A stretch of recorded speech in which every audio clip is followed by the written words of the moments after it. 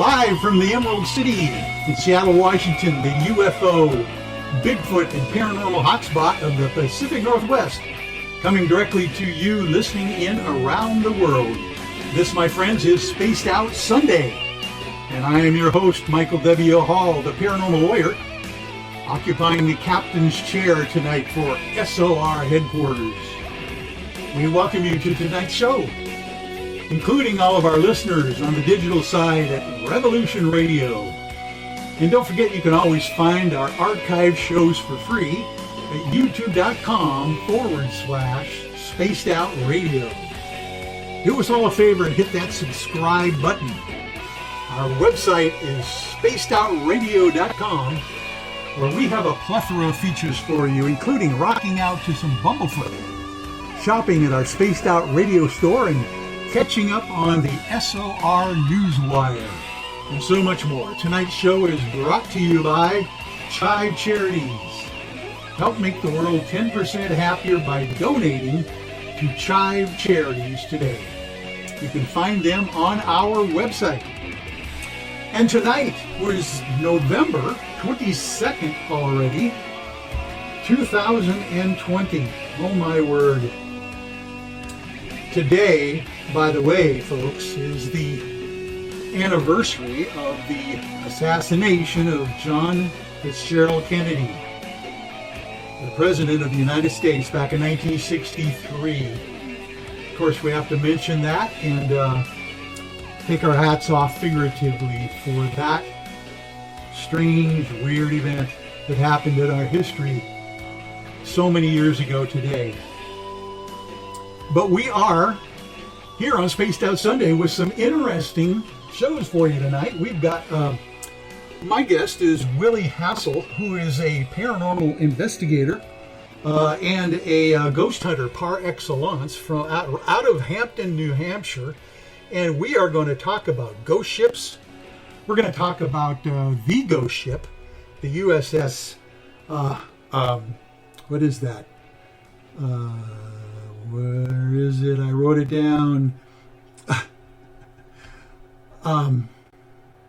Well, he's going to tell us, because I remember it's one of the United States Navy fighter ships that were literally, it's been haunted, kind of like the Queen Mary, but a little bit differently. We're going to talk about that tonight on the show. But before we do that, obviously we've got Peter Davenport again from the National UFO Reporting Center to come on and get us up to speed on what's going on out there in the sighting reports of UFOs, UAP from around the world.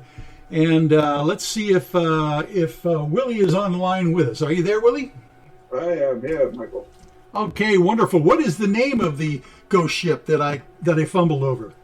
It is the USS Salem. Salem. Oh, that's right. Salem, Massachusetts. Oh, my gosh. No wonder it's a ghost ship. Yeah, we're going to talk about that for sure. And Peter Davenport, are you there? I am here, and good evening, Michael and Willy. Wonderful. Yeah. All right, Peter. Well, we seem to fall behind with your reports sometimes. We don't give you enough time down at the bottom of the hour, so we're going to jump right in and allow you to just tell us what's happening since last week. Well, that's good. Thank you for the invitation, Michael, as always. But as you know, I had hoped to have an airline pilot scheduled to be interviewed on your program tonight, but I can't find him. Can't find him anywhere. Well, first of all, let's tell people what we were going to attempt to do is actually bring on a professional airline pilot tonight who had a very amazing sighting only a couple days ago, you said, right? It was actually 9 days ago. It was Friday the 13th of November. And why don't I don't have a written report yet, and that makes me sweat a little bit always, but I'll summarize what he and his first officer both told me. They were flying a twin-engine turboprop somewhere in the vicinity of Virginia. I don't know yet exactly where. On the evening of, again, the 13th of November, Friday, when both of them at the same time saw a very bright light come down from above their aircraft, distance to the object unknown, and slash down to the right.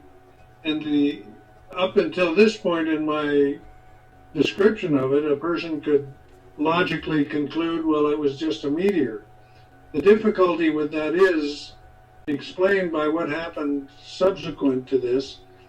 The object slowed and came to a complete stop, according to both witnesses, pilot and first officer, and then it distinctly made a turn and went streaking off to the right of their aircraft. And I'm hoping that I can convince one or both of these individuals to submit written reports, which I'll post to our website. But it was a very dramatic and very bizarre sighting. And I'm sorry this pilot wasn't able to come on tonight. Maybe we get him next week, Michael. Yeah. Oh, that would be amazing. Now, this gentleman is a commercial airline pilot. In other words, he's working on a cargo service. Is that what he's doing? No, I had passengers, I believe. Oh, okay. And he has an airline transport pilot certificate. I see. That's one step above just a commercial rating. Oh. But he was very convincing, very sane and sober-minded, as you would expect of an airline pilot. And he was looking forward to this program. I don't know what's happened. But perhaps next week we can bring him on for a few minutes and let him talk about what he saw. Well, the thing that's interesting to me, probably Willie as well, is the fact that he actually called you up. Is that how he made the report? No, actually, it was an airline or a air traffic control employee of the FAA who called me on the 14th, Saturday, the 14th of November. I called him back on Monday, and he gave me contact. He contacted the airline pilot, who offered his contact information, and the FAA employee forwarded that contact information to me, and I called the pilot. Very nice guy. Well, who made the initial report? The pilot made it over the radio to the FAA. Okay, and then of course, if people don't realize out there, Peter Davenport literally has the UFO hotline phone number in every FAA tower manual across the United States. That was a project that you've accomplished decades ago, and so they always give you a call. Well, I have to give you credit too. You were instrumental in that as well, Michael. We had a little fight with Bob Bigelow there for a while at one point. A little bust up and to keep that thing in there, yeah. Your expertise as an attorney saved the day in the final analysis. Oh, my word. Well, thank God you are still getting those reports from the towers, the FAA towers. Well, that's exciting sighting. Obviously, it was something that alarmed them enough to make the report to the local tower when it happened. Yeah, and I've got another report like that. I think that's the 6th report I have queued up here in front of me. But the first report I'd like to kick off with comes from Flushing, New York. This one goes back a ways. It's August 20th, 2020, so just over 3 months ago. A young woman writes that she was in her backyard and was amazed to see what she describes as I'm quoting here, an orange orb or sphere, basketball size, translucent, and bioluminescent like a jellyfish, drift through her backyard. And it was close enough that her binocular vision was effective in determining that it was not terribly distant from her, probably within a backyard's distance. Oh my. She says it was within 10 to 15 feet of her, she estimates. And it was close enough she could estimate its size. She estimated it was basketball size. And again, it was self-luminous. Here's where it gets interesting, though. She reports that there was a circle or a sphere inside the principal orange sphere, and the inner circle or spherical object was scanning in all directions. It was moving like an eyeball inside a sphere. Oh, wow. And she got a film of it. I haven't yet received that film. But then the object moved out of the backyard. It was obscured momentarily by a neighbor's roof. And then she started filming it when it was more distant than it had been earlier in her sighting. But she was just absolutely flabbergasted by this and has no idea what it is, but it adds to the long list of sightings of orange spheres that I've talked about so many times on this program. And I'll close with a similar sighting. Oh, my. So she is saying this is a basketball-sized sphere? Yep. And it was... Outside of the basketball. Yeah. With something inside it. She didn't get a terribly good look, but she reports that it was the object inside the sphere was articulating like an eyeball inside an eyeball. Oh, like a... Yeah, like an iris moving around in an eyeball kind of a thing. Yeah. Oh, my word. Distinctly orange in color. Okay.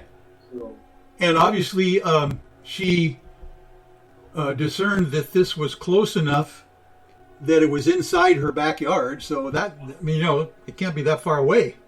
within 10 to 15 feet, she estimates. So it must have been very close to her. This is one of the rare instances when people not only report an orange sphere, but they report that they were very close to it. Since it was that close to you, could she feel any heat or anything like that? She doesn't address that, Willie, but that's a good question. She only addresses the illuminating characteristic of it. And I guess she sends a link to the video, and the object is distinctly orange in the video that I've looked at. So, oh my! Nice prepared report. That will be interesting to see as well. I'm seeing more and more videos on YouTube and the internet now that are pretty striking. Of course, you can do a lot to try to fake those kinds of things, but when you're talking with the individual yourself, Peter, to determine if they're telling the truth or not by their veracity, that makes a big difference. It's interesting. You raise a point that's important to me in my line of business, and that is, can you tell a person who is bending the truth, to be polite, or prevaricating? And I think it's not too difficult. In the case of UFOs, you can almost tell from a person's tone, the tone in his voice, whether he's telling you the truth or not, or appears to be, I should say. You're never absolutely sure unless you have confirmation from other people or from radar or photographic evidence. But, and exactly that's what a jury does. Listens to testimony and tries to determine what the truth or veracity of the witness is. And a judge would do the same thing if the judge was the trier of fact. So you're right. There is a strategy and a discernment you have to have when you listen to these reports. Yeah. And I've got a string of 7 reports, so if you'd allow me, I'd like to just move on to the second report. Go right ahead. Comes from San Jose, Costa Rica. A gentleman writes that he's a pilot for a U.S. airline. He was down in Costa Rica on Halloween, the 31st of October, with his wife and daughter. No, make that his girlfriend. I apologize. With his girlfriend and daughter, and they saw a formation of 7 white lights streaking across the night sky. And they were oriented so 3 were on one leg, 4 appeared to be on the other leg, and this object covered, the pilot estimates it must have covered 10 miles in 2 minutes, and that is to be taken with a grain of salt. It's very difficult to know distance to a light at night, particularly, and how much ground it's covered, unless you know the distance to it. But he had the presence of mind to immediately call the, what he calls the MEDAR, the San Jose Airport MEDAR, which is the recorded message with weather data. And he learned from that the ceiling of the clouds was 12,000 feet. And he estimated that this object was just below the clouds. So he estimated 11,000 feet, and it covered probably 120 degrees of arc in under 2 minutes, he estimates. So it was doing it by his calculation, and I agree with him, approximately 300 miles an hour. But it had no navigation lights on it, Michael. It had no green and red light on the respective right and left wingtips. And he has no idea what it was, completely silent. And sounds like he's never seen anything like it. It was, the angle between the two legs was somewhere intermediate between a B-2 bomber and an F-117 stealth fighter. So, like a boomerang. Yeah, like a Delta or something like that. Oh, interesting. Yeah, and a good witness. We put a great deal of faith in airline pilots, and he writes well. So I suspect it's quite a accurate, serious-minded report. Okay. And third report I'm looking forward to sharing with our audience because it is truly bizarre. It comes from a gentleman who describes himself as someone who has fought in 3 wars.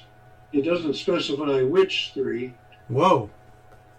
This is this past Monday, the 16th of November, 2020, at 19:18 hours local time, 7:18 p.m., Blue Springs, Missouri, which is just east of Kansas City, probably 20 miles. Interestingly, just east of Independence, Missouri, the hometown of Harry S. Truman. Yeah. This gentleman was with his daughter, he says, and she was on a piece of playground equipment, maybe a swing or something along those lines. And this gentleman was looking at her when a very bizarre looking object moved out from behind his daughter's head. And it was in the night sky in the distance, of course. But he says the sky was very, very dark. And this object was massive, he estimates. When he says massive, he estimates it was 30 or 40 times the size of an airliner. And he said it's the only thing in his life that's ever stopped him cold in his tracks out of fear, because it was so bizarre looking that it really upset him. He says his body froze immediately when he saw it, and he was also stupefied by what he was looking at. He couldn't figure out what it was. Was I had no idea what it was. He doesn't describe it in any great detail, but I'm going to get back in touch with him during the week and see if we can get an illustration. Yeah, because it would be interesting to know if he says that he saw a craft or just lights, that kind of thing. He describes it as being wing-shaped, and he cites the shape of the United States Post Office advertising logo. Oh, yeah. I don't have one of those in front of me. I don't know what it looks like, but he's very detailed. He writes about 5 or 6 paragraphs. He said, imagine being a scuba diver and having a blue whale fly over your head. That's how big the object appeared to him to be.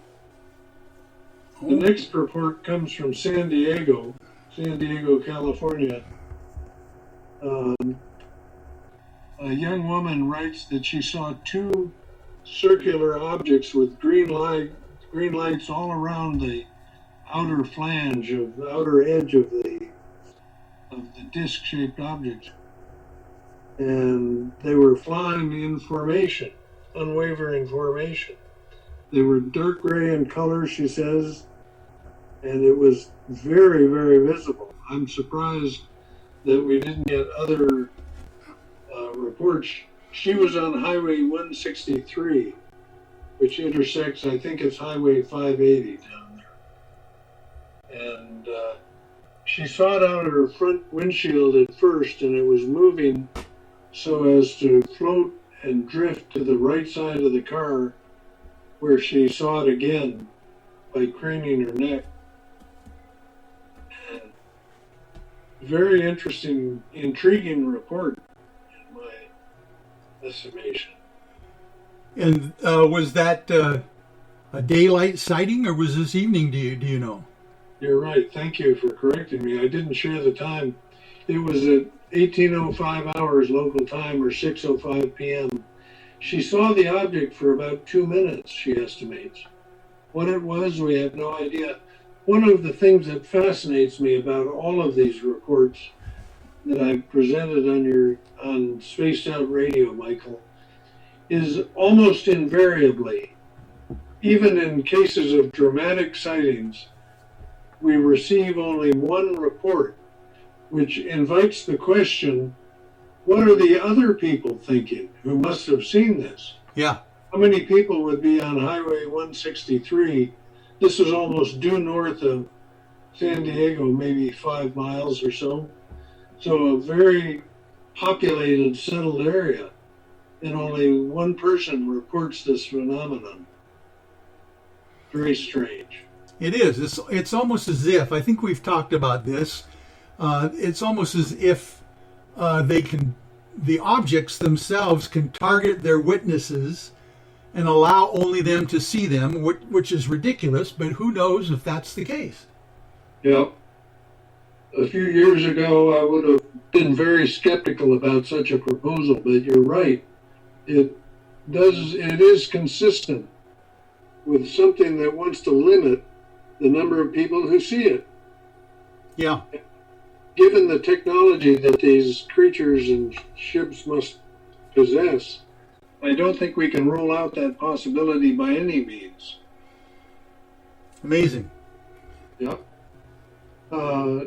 Fifth report comes from North Carolina, Havelock, North Carolina. A very short report submitted by a gentleman who describes himself as an air traffic controller. He says, and I'm just going to quote him here, it's just a one-sentence long report. Air traffic control received information about a pod or circular object approximately 3 nautical miles southeast of Cherry Point, North Carolina, at 23,000 feet and reported by an F-15 fighter jet pilot. What it was, I have no idea. But when F-15 pilots start reporting anomalous objects to air traffic control, you know they either see something or they've been drinking something very funny. Well, Peter, this is weird. I mean, you're almost talking about the Tic Tac sighting of the FA-18 Navy jet pilots off the Nimitz. I mean, a pod and an F-15 fighter jet pilot is calling the FAA. Now, for instance, I've never heard of a military pilot calling the local FAA tower other than to probably check to see if there's anything that they know that they have on their radar, but that's very fascinating. Yeah. I'm going to get back to this person if he provided contact information and see whether I can get to the actual fighter pilot or not. That might be a little difficult. I'm sure the military doesn't want me to their pilots. You would think, although, if Commander Fravor's coming out and talking about it, and Kevin Day, Chief Petty Officer Kevin Day from the Navy, who knows what they're going to allow us to do here now in the future with these sighting reports. The fact that an F-15 fighter jet pilot is calling civilian FAA tower, that's very fascinating. Yep. And I get reports like this once in a while. The F-15 aspect of this report reminds me of the Phoenix Lights event. Yeah. When 2 F-15 Charlie model aircraft were reported to have intercepted one of the gigantic delta-shaped craft that was hovering over Camelback Mountain at the time. So. Yes, and Peter, as we know, the actor, what is his name? Married to Goldie Hawn, Kurt Russell. Kurt Russell said that he was the first guy to report that in his private airplane over Phoenix when he called the tower initially and told them that he ran across it as well. Yeah. The thing that troubles me about that report, but it happens all the time, is he waited so long to report it. Well, he reported it to the tower, but yeah, you're right. He didn't want to come out and say anything publicly for years. Yeah. Until you broke the story, literally yourself, at the National UFO Reporting Center. What was that, 2 years after the event, you finally got that thing published in the USA Today? It was just the article was published, I think, on June 17th or June 18th. It was a Wednesday. So about 6 weeks after the event had occurred. 6 weeks, yeah. Took them 12 weeks, I guess. Okay. I remember you were pulling your hair out trying to get people to pick the story up. Yep. Well, I think we got time for one more, Peter. One more, good. This one comes from yesterday, the 21st of November, 2020. A daylight sighting, 15:19 or 3:19 p.m., Barnstable, Massachusetts, out in your neck of the woods, Willie. Yeah, not far from here. Young man reports that at about 3:19, two friends were watching a sunset, looking at a heavy cloud cover, when they saw a massive object fly across the sky. It apparently came out of heavy clouds, and it formed a natural cloud around itself, apparently. He doesn't go into any great detail, but he emphasizes just how large the object appeared to be, although, as we all know, that's a relative term, because unless you know the distance to an object, you can't estimate its size, its absolute size. But he describes it as an oval-shaped disc, very large, and it came out, just an edge of it peeked out from behind clouds. So, oh my goodness, we have no idea. Well, and that would have been enough light at 3:19 p.m., obviously in the afternoon, to see that thing in the daytime sky. Yep. And if I may, I'll shoehorn my last and seventh report in. Comes from Midland, Michigan. A gentleman writes that he, like the first report I cited, saw 2 orange plasma orbs that were visible for 2 minutes. This is from earlier tonight. This is just 4 hours ago, Michael. Some more? 22nd of November, 2020. So there's a lot of activity, and I should have all of these reports posted to our website and hundreds more by the end of this week. Oh, wonderful. Oh, my goodness. Just in time for the holidays for people to get into the National UFO Reporting Center website. Tell them how to get a hold of the website, and let's go through the phone number and the contacts for you. Thank you. if they've had a recent sighting, they can call the UFO hotline at area code 206-722-3000. 206-722-3000.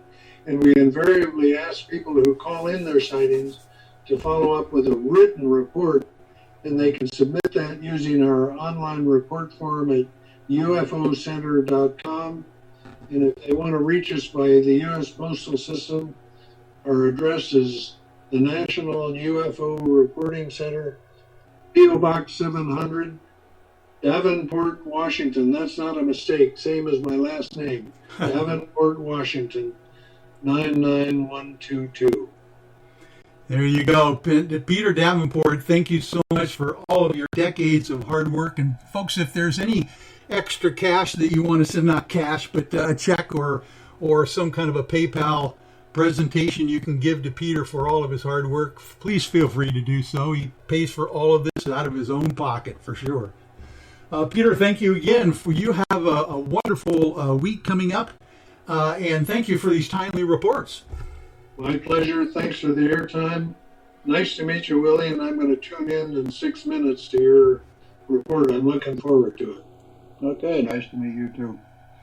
All right, folks. Hang in there with Spaced Out Sunday. We will be right back after this 6-minute break. Hey, Spaced Out Radio fans. It's John Resnick, founder of the Chive and Chive Charities. Our goal is to make the life of veterans, first responders, and those with rare medical conditions 10% happier. We do this by donating one grant item, ranging from dance to therapy programs to prosthetic limbs, to those who need it most.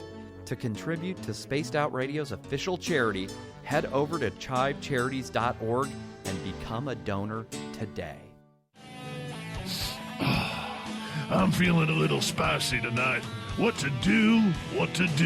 Why not get Bumblefuck? 4 million Scoville units of pure hard rock. Bumblefoot hot sauces come in 3 flavors. The burning Bumble. Tone it down a bit with Bumblicious and throw the sauce on everything. Spice it up.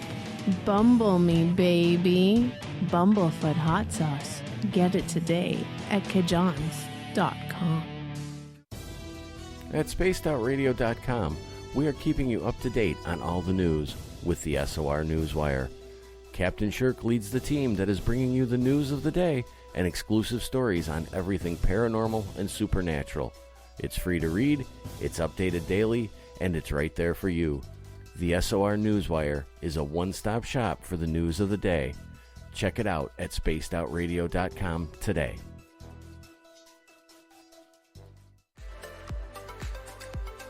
Are you looking for great advertising value for your company?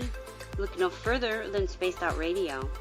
We have a multitude of places to get your name out there, including commercial ads during the show, special promotions, and banners on our website. Our audience is proven to support the companies that support our show. We can make your budget work for you. So for more information, please contact us at sales@spacedoutradio.com.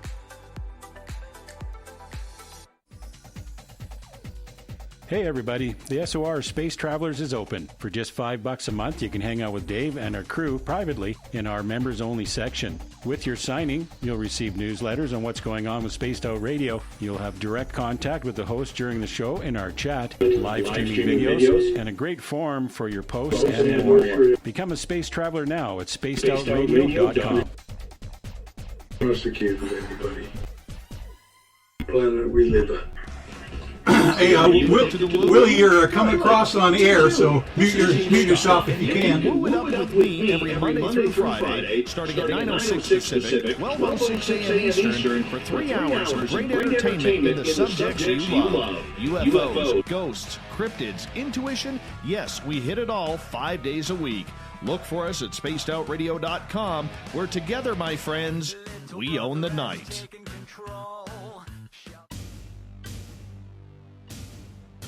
You wanted new SOR gear, and now you can have it. The SOR Vault is fully stocked with t-shirts, hats, hoodies, mugs, and everything in between, with great logos for you to choose from. So head on over to spacedoutradio.com, click on the SOR Vault, and go shopping. Pricing is quite affordable, and you can look good representing your favorite show. So go to our website and pick up your new SOR wear at the SOR Vault today. Need that weekend supernatural fix? Look no further than Spaced Out Saturday right here at spacedoutradio.com. I'm Stacey Edwards. And I'm John Edwards. Each Saturday night, Stacey and I are going to bring you the best in paranormal, cryptids, UFOs, you name it, and we're going there. It's all about the experience and to share the knowledge with all of you. So tune us in every Saturday night on Spaced Out Saturdays, starting at 9:06 p.m. Pacific, 12:06 a.m. Eastern, only at spacedoutradio.com. From the heartlands of Canada to beards around the world, we know how to take care of you. Fill your follicles with the Mighty Moose Beard Oil.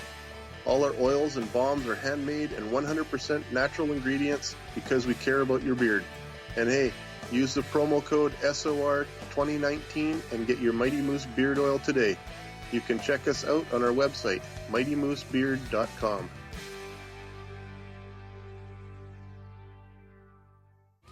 We're adding to the entertainment online for Spaced Out Radio.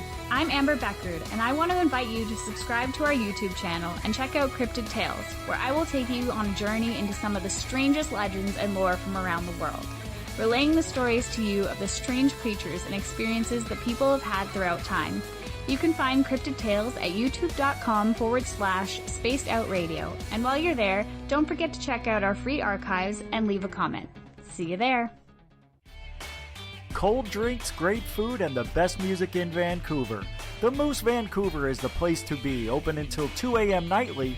Everything on the menu starts at just $6.95. Who serves food that cheap anymore? At the Moose, you'll never know who you'll run into. Rock stars, actors, athletes. It's the place everyone wants to be. So join us at the Moose Vancouver, the official party bar of Spaced Out Radio. Hello everyone, this is Ryan Stacy from the Experiencer Support Association, otherwise known as TESSA. We're glad to team up with Spaced Out Radio to help investigate your experiences on the SOR Sightlines Report. Together, we'll investigate the strange sightings and occurrences you've had. We're looking for answers just like you.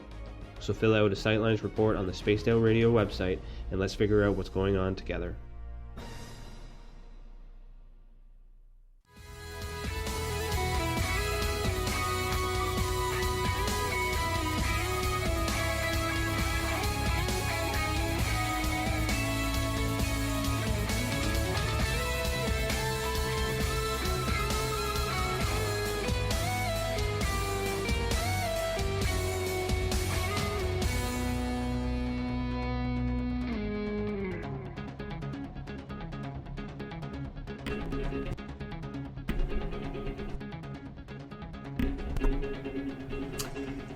And we are back with Spaced Out Sunday, and my guest, Willy Hassell.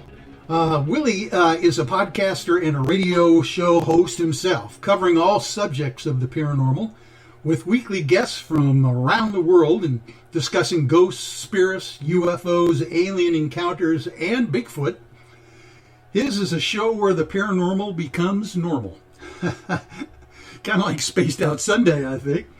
So join us tonight on a journey into the unknown, the unseen, and the unthinkable as we talk with my guest, Willy Hassell. Hello, Willy. Are you there?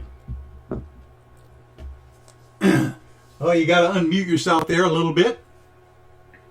Hey, Michael. How you doing tonight? Great, great. How are you? I'm doing good. I'm doing good. Well, thank you for indulging us with Peter Davenport for the first half hour of our get-together. It's always fun to hear from him on what kind of things are happening lately. Yeah. Have you ever had a sighting, Michael?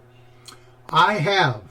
I have some, some normal sightings like most people do with, lights in the night sky, objects that are quite far away that, don't have the running lights, that normally they should have, that kind of thing. But I've also literally have some up close and personal sightings that involved some missing time as well. So I have got the full gamut here as my experience. And how about yourself out there where you come from?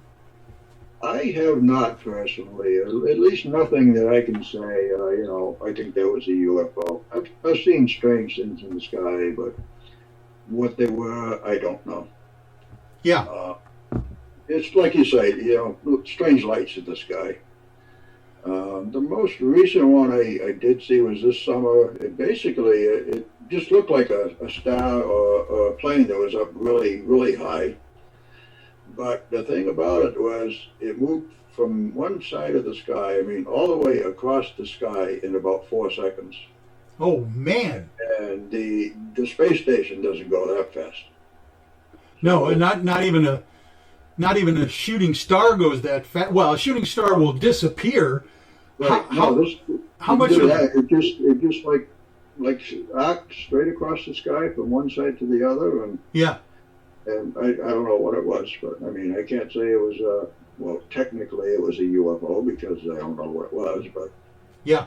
Any noise, any sound accompany this sighting? No. It was up like way up, probably higher than any airliner would be. Yeah, I've seen those. Myself, and they move. We call them at the UFOI team that I founded. Investigative researchers, and we call those fast walkers, and other people do as well. These things don't fit into the pattern for some reason. Yeah. Any theories? Yeah, I think they're extraterrestrial craft. And I'll tell you what, I back that up because just recently, the SpaceX launches. Remember the first SpaceX launch that happened? What was that? Back this summer, when they actually, for the very first time, they kind of like showed these really cool cameras on board of the booster rockets as they're blasting off, and then they were coming back down into the Earth's atmosphere, and you could actually watch the booster rocket from a camera on the booster rocket coming back down into the atmosphere. And literally, a lot of my UFO I-team investigators were all over that broadcast and caught some amazing UFOs, we called fast walkers back then, that were now below, the craft. And it was, when they were shown against the background of the Pacific Ocean, these things were just zipping in and out. And they were being shown by the camera on the booster rocket as it's coming back down. And of course, they cut the feed on that relatively soon, but we were able to record those. And I think they're all around. Of course, that's what Commander Fravor and Kevin Day saw, the Tic Tac UFOs kind of doing something similar as well. So who knows? Who knows? Very interesting subject for sure. And my goodness, you have got your own investigations going on as well. Tell me a little about, and kind of get our audience up to speed on how you got interested in this esoteric phenomenology. As you were growing up, were you always that kind of kid that was interested in this stuff? Really, I'm a fairly recent, within about the past 10 years. I always kind of said to myself, I don't know, I wonder if there really is any such thing as a ghost or any such thing as UFOs. But that's as far as it ever went until like I say, about 10 years ago, and it was the ghost part of the deal that really got me into it. And I started investigating, and at this point, can I say for sure there is such a thing as a ghost? Well, no, I can't, but for sure something is going on, something that we don't understand. Yeah, are you into nowadays the technology that some people are employing to try to search for proof in this regard, or not? I am not really. The only thing I really trust is EVP, electronic voice phenomenon. Yeah. As far as with the regular recorder, not an SB7 Spirit Box kind of thing, because that's just picking up radio. Yeah. And So I don't trust that, and I really don't get into all of these new gadgets. Like I say, the EVP, I can't say that it's not. Where does it come from? Yeah. Definitely is something there. I've caught a number of good EVPs. I've actually heard voices with my own ears too. Oh. And I've been touched, and things like that. I do mostly have to rely on the I hate to say technology because I don't use most of it, but I'm not the slightest bit psychic, so I don't get feelings. So I have to rely on the recorders and equipment like that. K2 meters. So I will use K2 meters. Yeah. Why don't you explain to some of our audience who might not know what a K2 meter is good for and how it works? Well, K2 meter picks up on electromagnetic energy. And if you go by Einstein's theory that energy can't be created or destroyed, then that lends credence to the theory of paranormal investigators that when a person dies, that their energy continues on. And so if you can pick up on that energy, which supposedly is what the K2 meter is doing, I mean, obviously, like anything, there are believers and non-believers. And I'm kind of on the fence on it myself, but there have been certain instances where if the K2 is reacting, to two questions, and then something is reacting with you. You can't just pass it off as being, that doesn't mean anything. Yeah. So in other words, you're saying that that you potentially can capture EVP and at the same time corroborate it somehow with some K2 interference as well? Oh yeah, if you can do that, then if you can corroborate one type of evidence with another, and that just adds an entirely new layer to whatever you're picking up on. Yeah, definitely. And the EVPs, are you old school enough that you do the analog recorders, or do you do digital recording as well? No, I do digital. Okay. I actually would like to try the analog, but I don't have one, so I'd have to go out and buy one. Yeah, or go. You can still find them these days. Exactly. Go to some thrift shop or something and get those little ones. You have to go to an antique store to find one of them.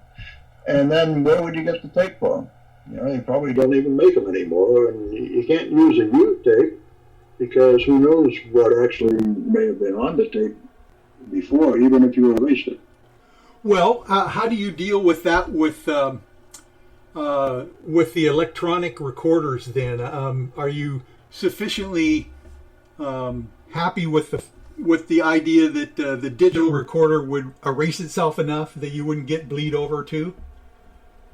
Yeah, I am. I think once you delete it and format it, I think it's pretty much gone. That's true. You do have to kind of reformat the thing before you start again, right? Yeah, well, you don't have to, but I mean, you can just erase the file.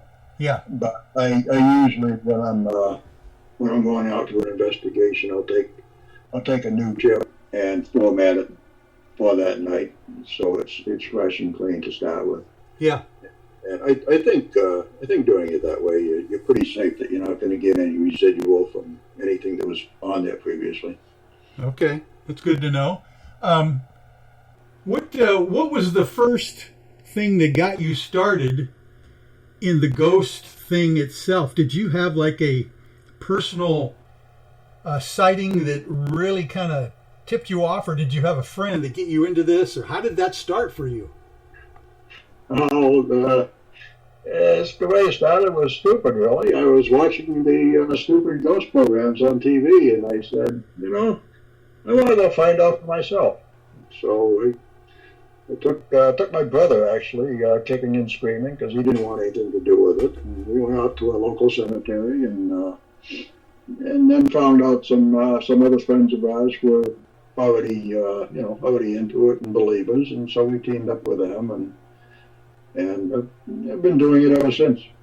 Do you have a formal group that you call them your organization?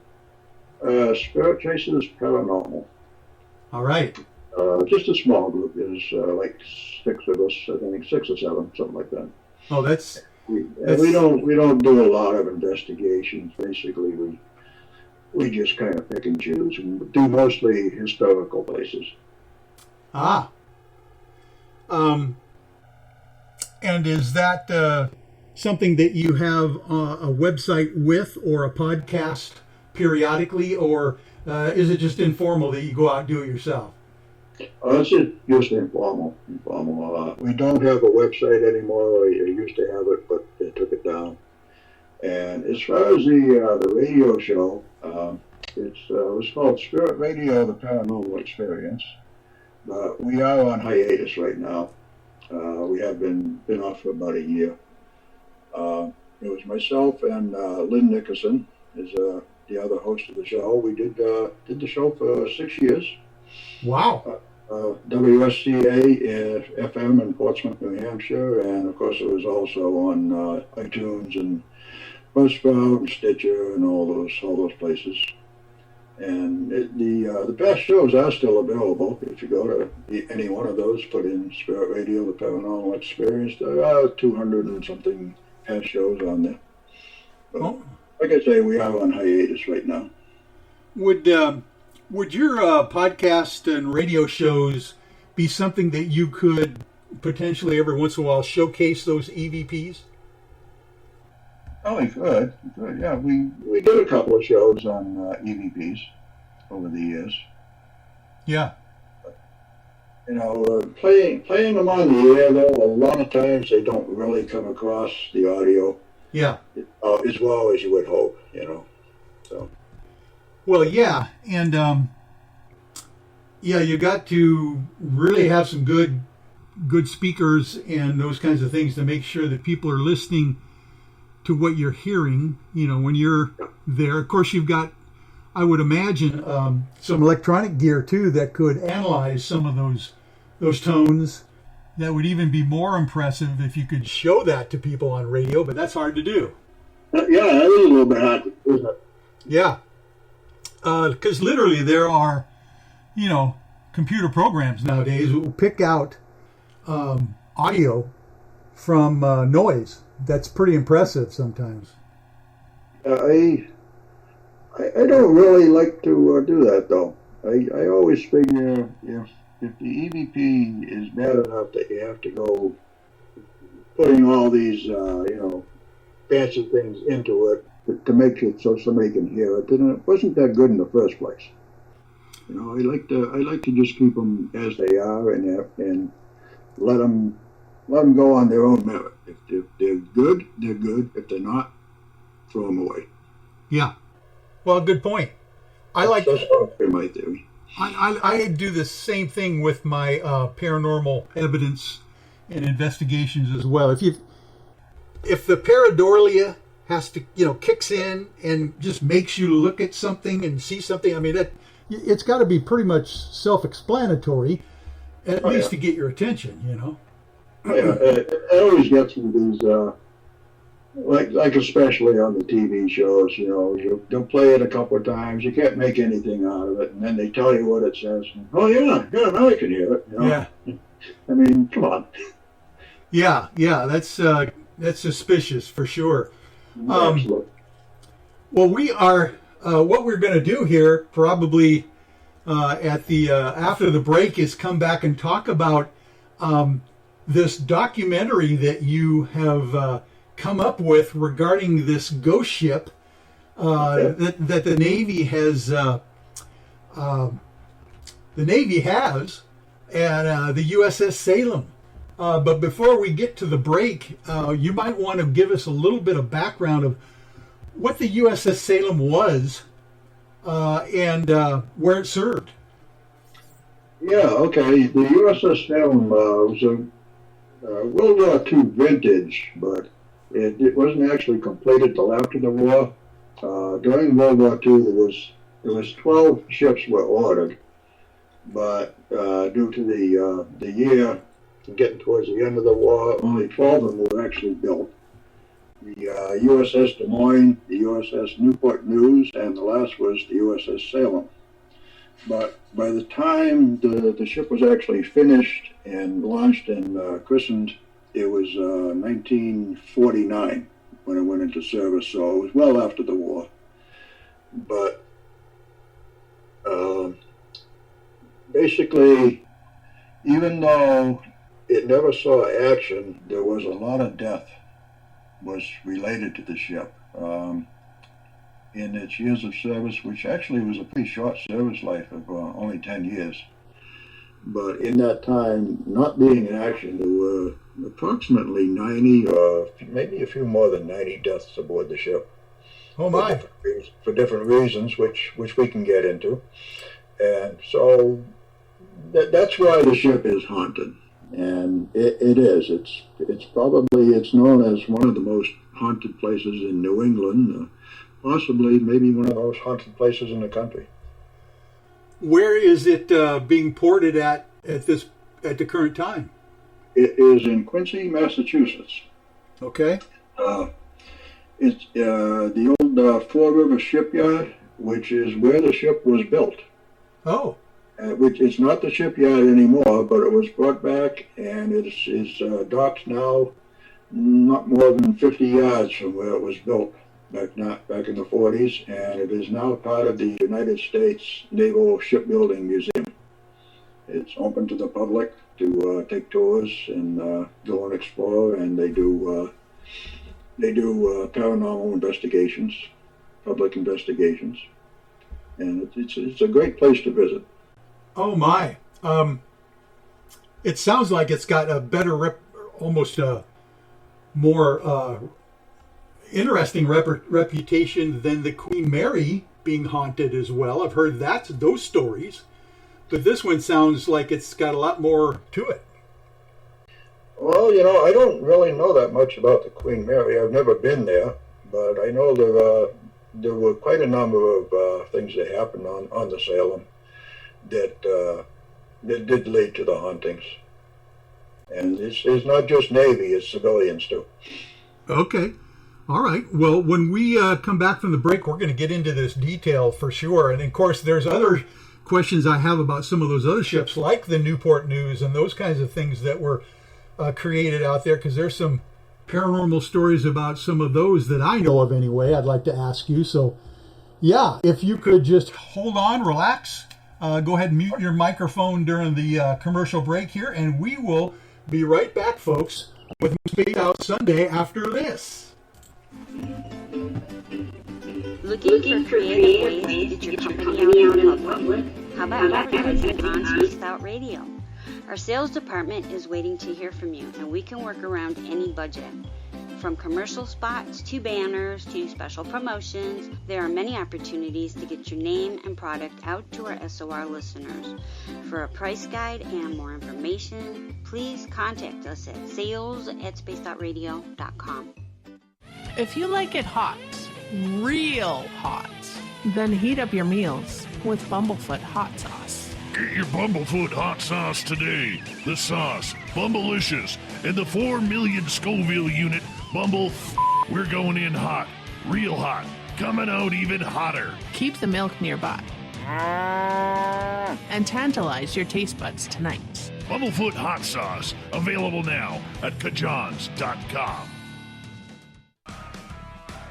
Get your horns up with me on Spaced Out Radio. This is Ron Bumblefoot Thal. Come tune in to SOR where you can hear me rock out with Little Brother is Watching, the official theme song of Spaced Out Radio.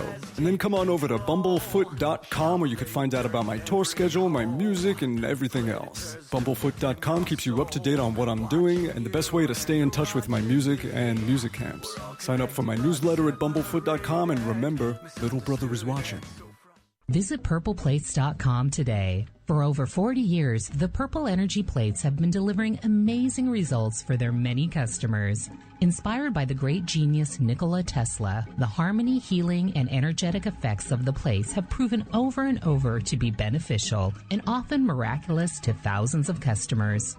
Check their site for daily specials and choose from their many energy products. You won't be sorry. Visit them today at purpleplates.com.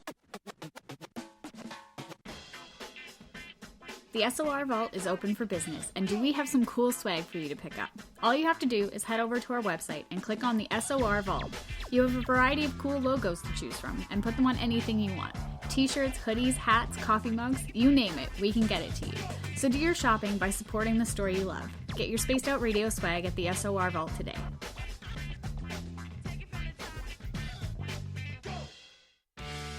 Hey everyone, I'm John Edwards. And I'm Stacey Edwards. Together we're taking over Saturday nights on Spaced Out Radio, where we're going to bring our own experiences of the paranormal and talk to the best people we can find to help bring you answers to your strange tales. We're here to entertain your need for weekend woo! So tune us in at spacedoutradio.com starting at 9:06 Pacific, 12:06 a.m. Eastern, where we can all get a little spooky together. Spaced Out Saturday nights right here at spacedoutradio.com.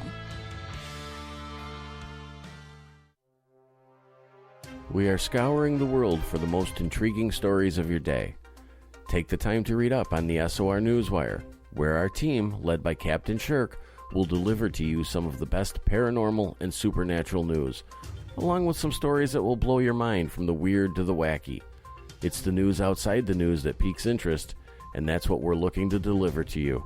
The SOR Newswire, only at spacedoutradio.com.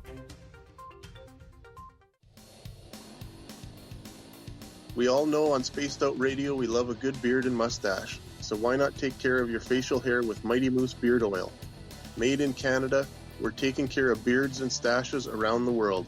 We use 100% natural ingredients with our oils and balms to make your whiskers feel silky smooth.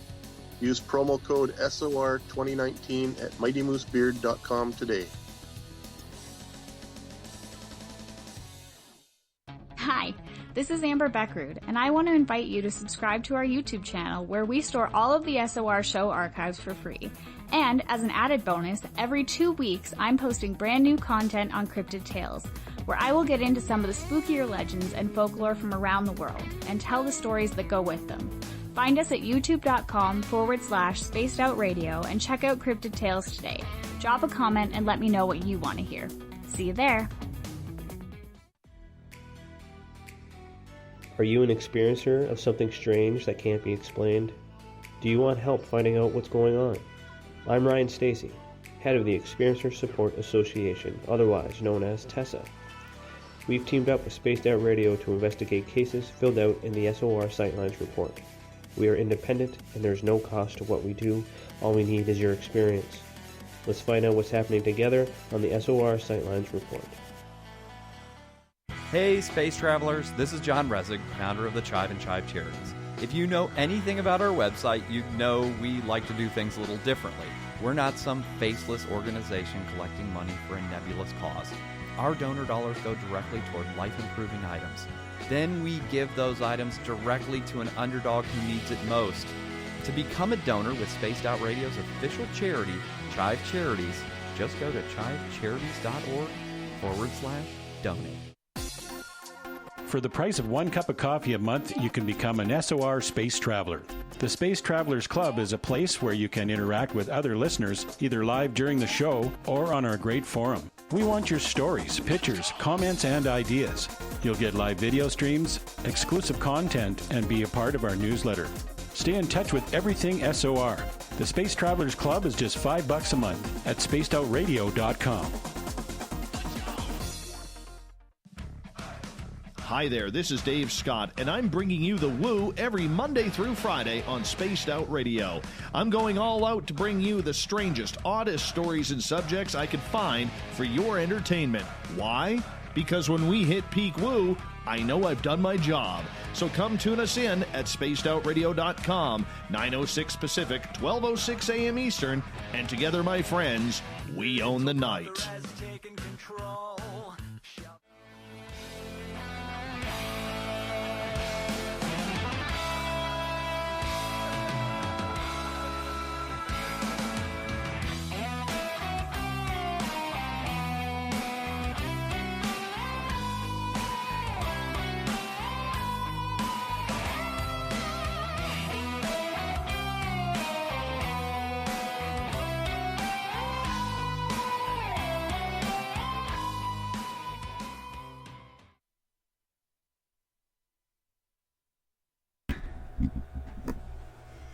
Welcome back to hour number 2 of Spaced Out Sunday, everyone. I am your host, the paranormal lawyer, Michael W. Hall. Thanks for joining me tonight. We welcome back everyone listening in on our terrestrial affiliates, WQEE 99.1 FM in Noonan, Georgia, and UPRN 107.7 FM in New Orleans. On the digital side, we're very proud to be on Revolution Radio. And don't forget, you can always check out our archives for free at youtube.com/spacedoutradio. Just do me a favor and hit that subscribe button. Our website is spacedoutradio.com, where we have a plethora of features for you, including rocking out to some Bumblefoot, shopping at our Spaced Out Radio store, and catching up on Captain Shirk's SOR Newswire, and so much more. And we are back with my guest, Willy Hassell. And Willy, this has been fascinating to me to find out that literally the U.S. Navy has, we know that there are all sorts of historical stories of ghost ships. Are you familiar with those as well before we get into the USS Salem? I am not really. The Salem really is the only ship that I'm familiar with. All right. Well, let's talk about that. You said that the Salem was built right there where it's pretty much moored at this point there, and that was back in 1949, I think you said. Well, the ship was actually ordered on June 14th of 1943. The keel was laid down in 1945, and she sailed in 1947 after the war was over. And then it wasn't until 1949 when she was commissioned. Oh, I see. Interesting. And what it looks to me, just seeing the photographs that I've noticed from your documentary, that this was quite an impressive ship at the time. Oh, it was. It was. I mean, though it didn't see action, it was definitely built for action. It was what they called a heavy cruiser, and now it is the only heavy cruiser left in existence anywhere. She was 717 feet long. Oh my! With a beam of 77 feet, and a crew of 17 to 1,800 officers and enlisted. So she was a pretty big ship. Yeah. Well armed. What kind of artillery are you talking about on those kinds of craft? All right. Well, the Salem had 9 8-inch 55 caliber main guns in triple gun turrets. She had 12 5-inch 38 caliber, 20 3-inch guns, and 8 20 millimeter anti-aircraft guns. So she was well armed. She was a formidable opponent. Yeah. How many ships in that class were created? Do you know? I believe there was only the 3. It was called the Des Moines class, and the only ones that were completed were the USS Des Moines, the USS Newport News, and the USS Salem. They were part of what was originally a 12-ship, but those were the only 3 that was actually built because of the war coming to the end. So as far as I know, those were the only 3, and the Salem is the only one that's left. Do you know if they were specifically built for the Pacific Theater, or where were they going to be deployed? Do you know? As far as I know, well, she spent most of her years in the Mediterranean with the Sixth Fleet in the Mediterranean Sea, where she was. She got the nickname. She was known as the Pride of the Sixth Fleet. She did her shakedown cruising in the Caribbean. Made several trips down to Cuba, Guantanamo Bay, where she got the nickname the Gitmo Express. And then at the turn of the decade, 1950, she was deployed over in the Mediterranean. No,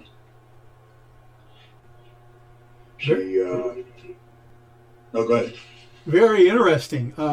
Yeah. You can imagine that a ship that size would be quite a statement being sent by the United States at that point. Oh, yeah, absolutely. I mean, it was used mostly for like humanitarian, and responded to several different things. You can see I'm shuffling my notes here. But one thing that the Salem was used for is in 1953, there was an earthquake in the Ionian Islands in Greece. And so the Salem, along with ships from other countries, responded as medical aid. And the Salem was used as a makeshift hospital for a few days, and a makeshift morgue, unfortunately. There were a number of people from the earthquake victims who did die on the ship. And so the spirits of some of those people are what are haunting the ship today. There was not just, like I say, not just sailors, but there were actually women, children. There was even a dog. There's a ghost dog on the ship. Oh, really? Which I haven't personally seen, but they say if you spend enough time on the ship, eventually you will. Yeah. I often wondered about that because I've had friends of mine who have claimed that some of their pets literally haunt their residences still after passing on as well. So you wonder about that. I think I had a ghost cat at one time. Really? Yeah, I used to have. At the time, I had 2 cats, and actually, it was one of them was sick, and getting towards the end. And I don't let the cats into my room at night because I don't want to get woken up.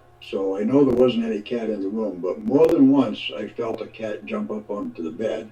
Oh. And of course I looked and I said, I know there's no cats in here, and I looked and there weren't any. And then I just happened to mention it. I share an apartment with my brother, and I just happened to mention that to him one time, and he says the same thing had happened to him several times. He had a cat jump up on his bed. So I think what it was is, I don't know where the ghost cat came from, but I think it was there to kind of help the sick cat to cross over. Oh, isn't that interesting? That's always been my theory on it. But right. It was very interesting. So, animals, there's ghost animals just like there are people. Well, I notice you've got your cat lying on the bed behind you right now. Who is my co-host? Who is your pet? Your friend there? That's Skippy. Skippy the cat. Yep, Skippy, Mr. Skippy. Oh, wonderful. Well, he's making himself at home right there on your bed. That's wonderful. Oh, yeah. Yes. Well, let's get in a little bit of what you know before. I mean, we can obviously talk about the making of your documentary, but let's talk a little bit about what you want us to know about the USS Salem and why you think it's so haunted compared to obviously the Newport News and some of those other ships that were made at the same time or approximately the same time that don't have that reputation. Yeah, well, besides the earthquake in Greece, there was another incident where the Salem was rafted alongside of another Navy ship at the Brooklyn Navy Yard. And the name of that other ship, if I can find it in my notes here, I don't have it right here, but there was a fire and an explosion on the other ship. And so the victims from that fire were brought aboard the Salem, and some of them, in that case, also died on the Salem. And then there was another incident. The Salem was headed to France, along with another ship called the John J. Pierce, and they were doing maneuvers, doing practice artillery. And on the Pierce, one of the guns had a malfunction and exploded. And there was one sailor who was killed instantly, and then there was, I believe, 9 others who were injured, and they also were brought onto the Salem, where I think it was 3 of them died. So there's another incidence of death on the ship, and like I say, altogether there supposedly was over 90 deaths on the ship. So that's a lot of death for a ship that never saw action. Yes, and I would imagine that the ship logs would record those incidents and deaths as well. Yeah. I know that the people who run the paranormal part of the ship is the Greater Boston Paranormal Associates, and I know they do a great job of research, and they have a lot of this documented as to who was who, and why the ship is actually haunted, and they do a great job of it. The leader, his name is Don DeCristofaro. He's an ex-Navy man himself. Not World War II, but he was on submarines later on. And so, he really loves the ship and the Navy and the history. And he does a great job of researching the history and doing the paranormal side of the ship. Wow, I'll bet. Do you have any information or knowledge of the Philadelphia experiment that supposedly happened at the Newport News area? And does that relate at all to what we're talking about tonight? Well, actually, we did a couple of radio shows on the Philadelphia experiment a few years ago. I don't think it would have any relation to the Salem, but that was a very, very bizarre experiment. I don't know how much of it you can actually believe. Right. But there was, you had a lot going on there.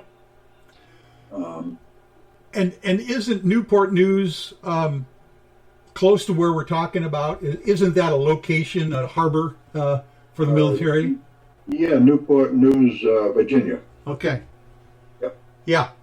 Well, my understanding of that amazing incident, of course, by the way, some of the younger researchers out there might not know what the Philadelphia experiment was about, but the idea being that I believe it was the Navy, was trying to make ships invisible to radar. Is that pretty much it? Yeah, that was the idea, and supposedly they didn't only make it invisible to radar, but they made it invisible. Yes. And there's just all kinds of weird stuff involved in that. Invisibility and cloaking and time travel, and supposedly the ship, physical travel too. Yeah, it was supposedly actually gone from the harbor. Yep. At least this is what you remember the old movie Philadelphia experiment. They did a film, I think, or a TV show back in the old days. And literally, the strange part of that thing was, and this was, by the way, this was one of those things that I think Einstein was working on it, or they were helping, doing something like that with electromagnetic effects. If they could make the ship highly magnetic, that they thought that they could put this cloak around it, and all of a sudden the thing like literally disappeared. They don't know where it went, but when it came back, they actually did came back to the harbor, appeared back, and some of these soldiers, some of the Navy midshipmen were actually frozen into the metal of the ship. Remember that? I do. Yeah, they were like parts of their bodies were like welded into the steel of the ship. Almost as if the molecules along with the ship and the people were all transported somewhere and got scrambled up. Right, and when they came back, they didn't quite go back together, right? Right. No, I don't know if that's a true story, but it sure was a shocker when I heard about that. There was a very famous book that I read initially about that was amazing. I think it was Charles Berlitz maybe who wrote that as an author. Yeah, that sounds familiar. Yeah. Oh, that's fascinating. It was a very, very bizarre story. And of course, obviously they learned a lot about what happened in that regard. Hopefully they were able to do it better, and or either not do it at all. But that's probably not right again. And you never heard of any experiments that you know of with the Salem that were that onerous as well, right? No. Okay. No, nothing like that with the Salem. Yeah, but the fact that for a ship to lose that many souls aboard the craft makes it very interesting to study. What was the first thing that tipped you off about the USS Salem? And what way? You mean being haunted? Or? Yeah, how did you first come across this anomaly about the USS Salem? I went on board the Salem years ago on a public paranormal investigation. Probably about 7 or 8 years ago. So I was aware of it then. And I hadn't been back there in years until a couple of years ago. Don from Greater Boston is a good friend of mine. So I went down one time a couple of years ago on an investigation with him down there. And then I didn't go again until last summer when I went to film the documentary. And I gotta say, it was a really fun project. I basically had a 700-foot Navy ship all to myself with unrestricted access for the summer. Oh my, for the summer? Yeah, basically. Well, August and September I was filming. Yeah. So that was fun. I enjoyed that. Well, let's talk a little bit about the documentary itself. First of all, what's the title to it so people can find it? The title is Soul of the SeaWitch, and it is available on YouTube. So if you just go to YouTube, type in Soul of the SeaWitch, you'll find it. And it's also running on local TV stations around here, the New Hampshire area. And how did the USS Salem get the moniker the SeaWitch? All right, I was hoping you were going to ask.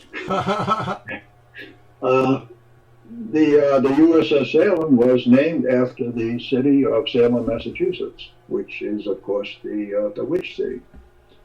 And so that's how the ship got the nickname, the SeaWitch. And when we first went down there to start the filming, we hadn't actually started yet. We went down and checking locations and such. And the question was brought up to Don, do you think the ship itself could have a soul? And, It's kind of an interesting question. So, I just sort of started asking around without telling anybody why I was asking.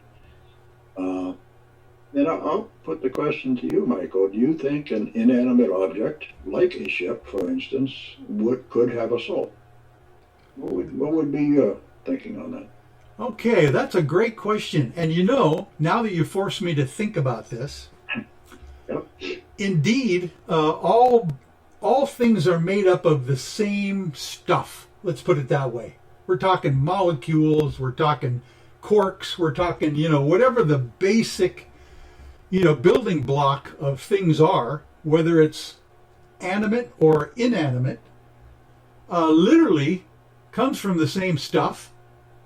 And you would think that, Einstein says that when you get enough mass, you get, you affect time, for one thing.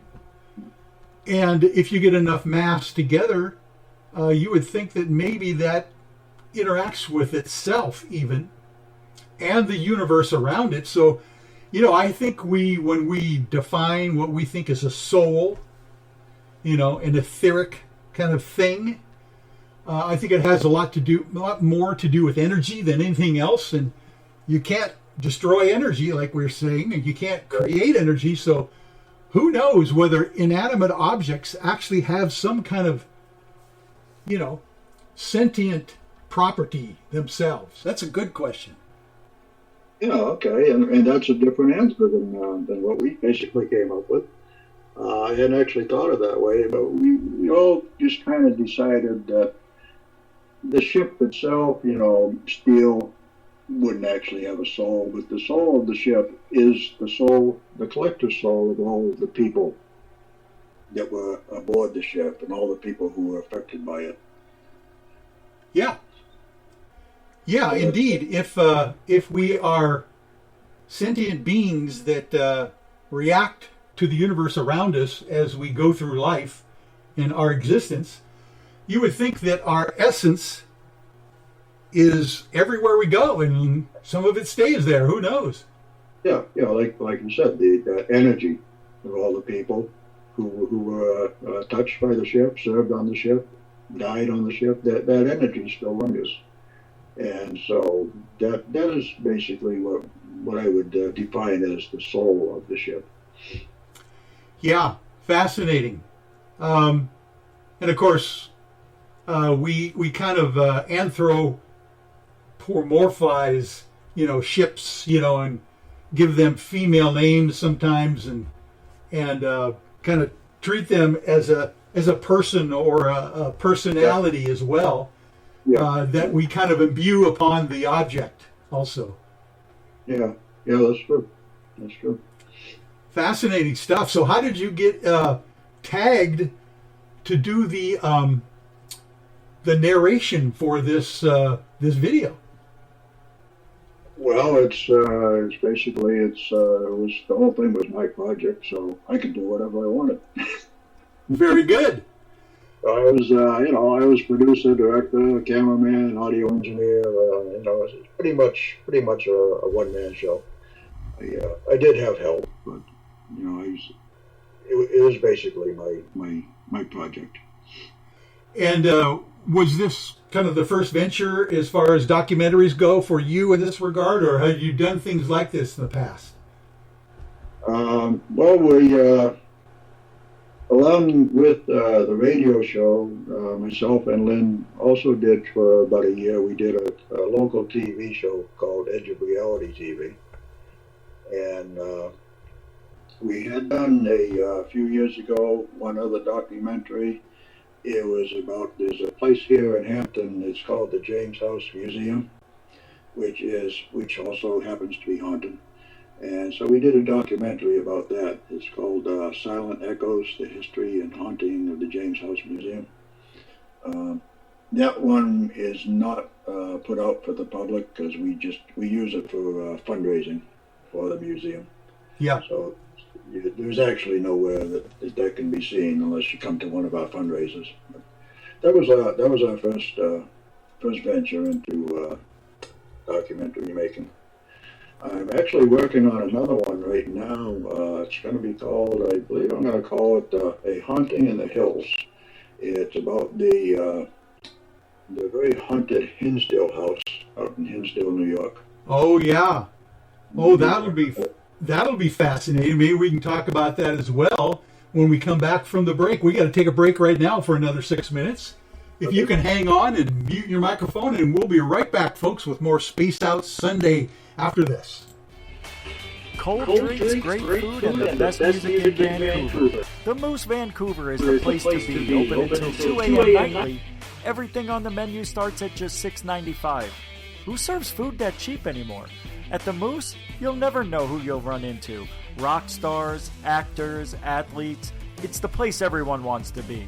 So join us at the Moose Vancouver, the official party bar of Spaced Out Radio. Hey, space travelers, this is John Resig, founder of the Chive and Chive Charities. If you know anything about our website, you know we like to do things a little differently. We're not some faceless organization collecting money for a nebulous cause. Our donor dollars go directly toward life-improving items. Then we give those items directly to an underdog who needs it most. To become a donor with Spaced Out Radio's official charity, Chive Charities, just go to chivecharities.org/donate. Hello, this is your guitar man, Ron Bumblefoot Thaw, and I have to tell you, I love the response I get for Little Brother Is Watching from Spaced Out Radio fans. It's amazing how music can inspire and make people think deeper about what's going on in the supernatural world. You can head over to my website, bumblefoot.com, to check out my music, my guitar workshops, my touring, even check out some of the hot sauces that I'm working on. And make sure you keep on listening, because with Spaced Out Radio, you know Little Brother is watching. We're adding to the entertainment online for Spaced Out Radio. I'm Amber Beckrud, and I want to invite you to subscribe to our YouTube channel and check out Cryptid Tales, where I will take you on a journey into some of the strangest legends and lore from around the world, relaying the stories to you of the strange creatures and experiences that people have had throughout time. You can find Cryptid Tales at youtube.com/Spaced Out Radio. And while you're there, don't forget to check out our free archives and leave a comment. See you there. Hey everybody, the SOR Space Travelers is open. For just $5 a month, you can hang out with Dave and our crew privately in our members-only section. With your signing, you'll receive newsletters on what's going on with Spaced Out Radio. You'll have direct contact with the host during the show in our chat, live streaming videos, and a great forum for your posts and more. Become a space traveler now at spacedoutradio.com.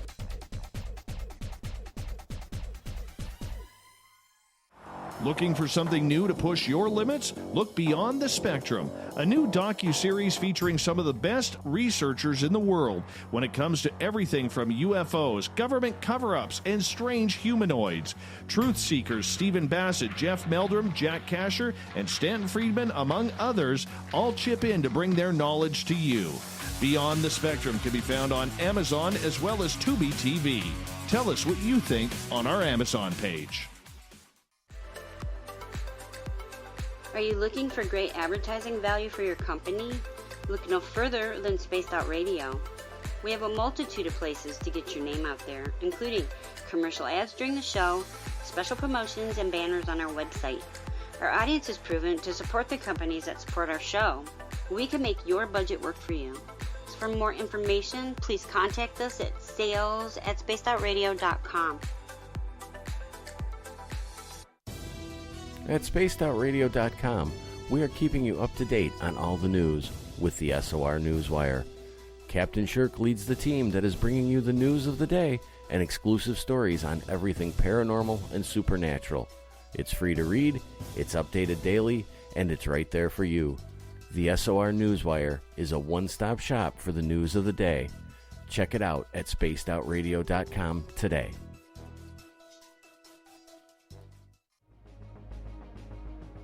Hello everyone, this is Ryan Stacy from the Experiencer Support Association, otherwise known as TESA.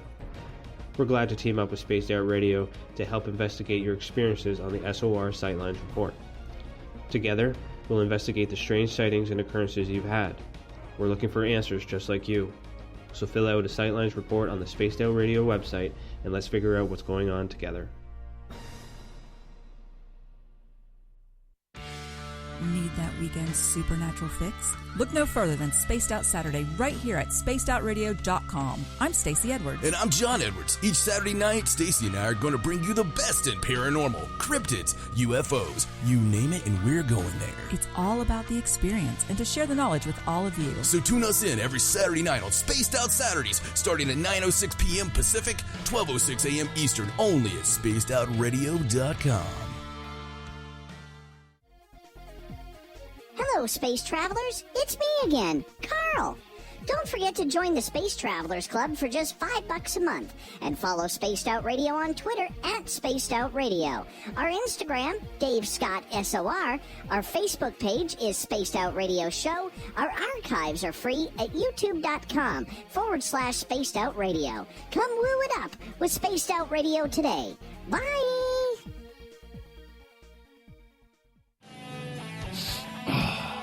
I'm feeling a little spicy tonight. What to do? What to do? Why not get bumblefucked? 4 million Scoville units of pure hard rock. Bumblefoot hot sauces come in 3 flavors. The burning bumble. Tone it down a bit with Bumblicious and throw the sauce on everything. Spice it up. Bumble me, baby. Bumblefoot hot sauce. Get it today at kajans.com.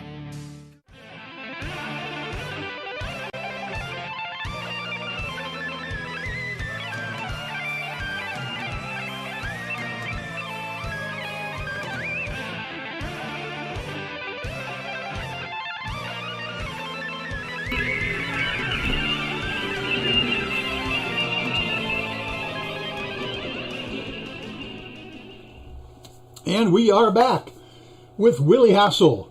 And we are talking about the ghost ship, the USS Salem, the SeaWitch.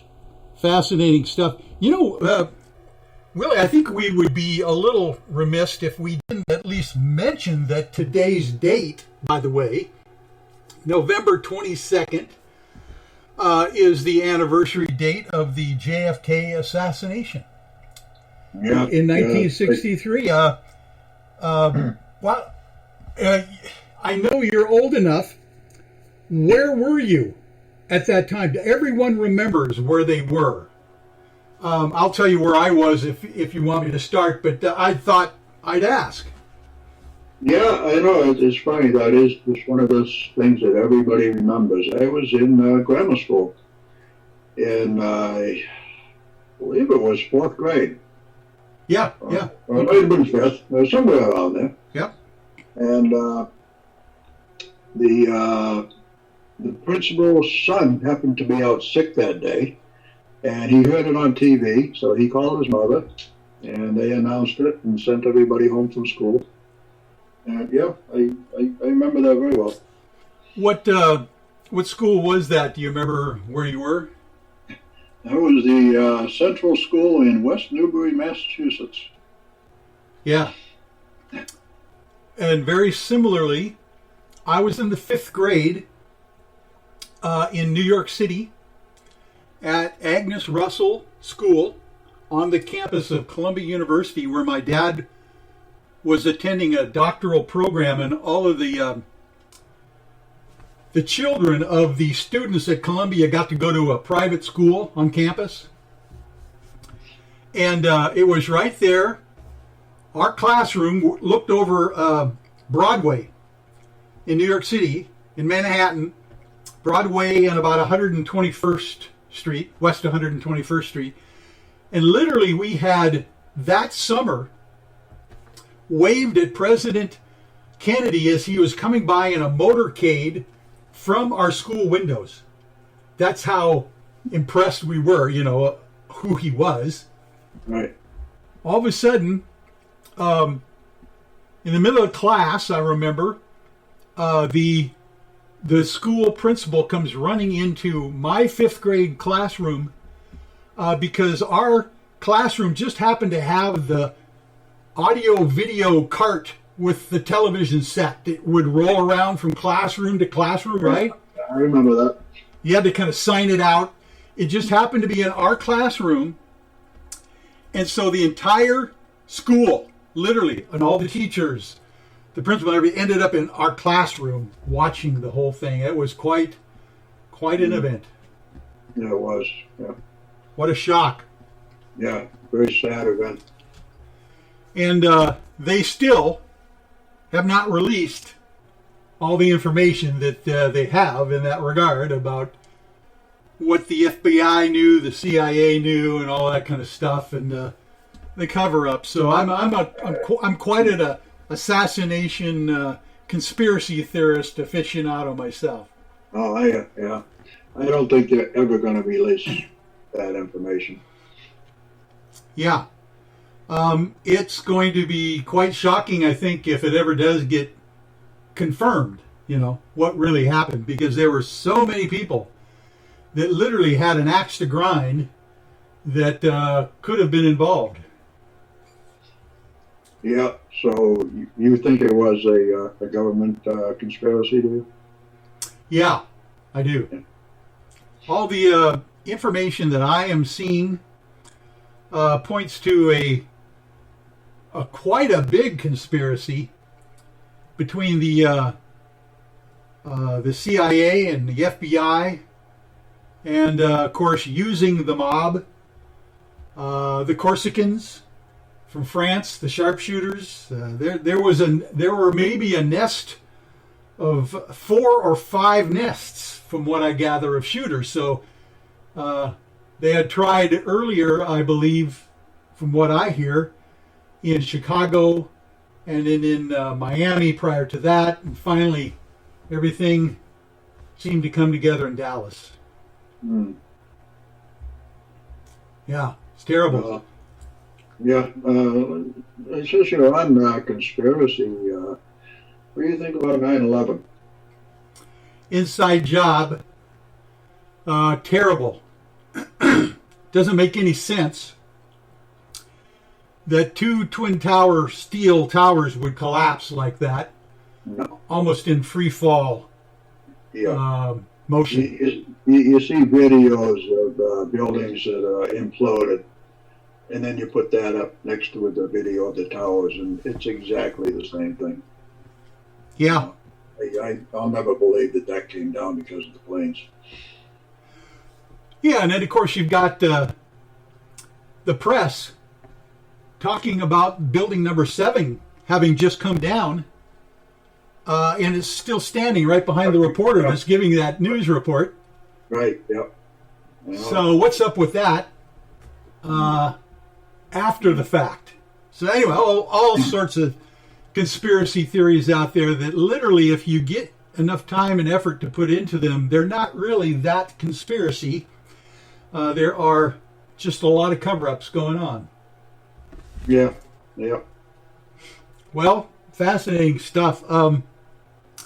So literally, you decided to put together a documentary on this unique haunted ship. And were you the camera guy, the sound guy, and everything during the production, or did you have help as well? I was basically, I had helpers, but I was basically the guy that did everything. I have to give a lot of credit to my brother. He helped me out a lot, but basically, he did some sound for me, but a lot of lugging stuff around. And one thing about the ship, when we were there in August, the ship is a big steel box in the sun, and it is hot. We were there one day, and we were all absolutely drenched. By the time we got off the ship, we went to Wendy's to get something to eat. I took my wallet out of my pocket, and the money inside my wallet was just soaked and drenched. Oh, my. So he was a big help. And there was one scene with the host that we did up in the bridge, and it's like 5 flights of those narrow steps up to the bridge, carrying stuff up. And I got up there, and I said, oh no, I forgot to bring the light stand or something. So I sent him all the way back down, back down into the wardroom to get the light stand, bring it up. And by the time he got back, I said, you know what, we really don't even need that. So, I mean, he was great. So I got to thank him. There's actually a whole list of people that I need to thank, but you don't want me to get into that now. Well, you might want to. Where was I going for that? I was going to say something, but okay, go ahead. No, I'll prompt you with a couple questions here. As far as the subject matter of the documentary, what were some of the interesting things that you were able to document? Well, let me see, which ones did get into the film? There's stuff that didn't get into it. There is one sailor who, down by the CPO mess hall, there's one sailor, it's a residual haunting that they see walking by the door to the mess hall. He walks by, he walks forward to aft, and he'll go by the door. He'll never look. You can yell at him. He won't react. He just walks by forward to aft every time. He may do it, I understand, sometimes in, 3 or 4 times in 5 minutes.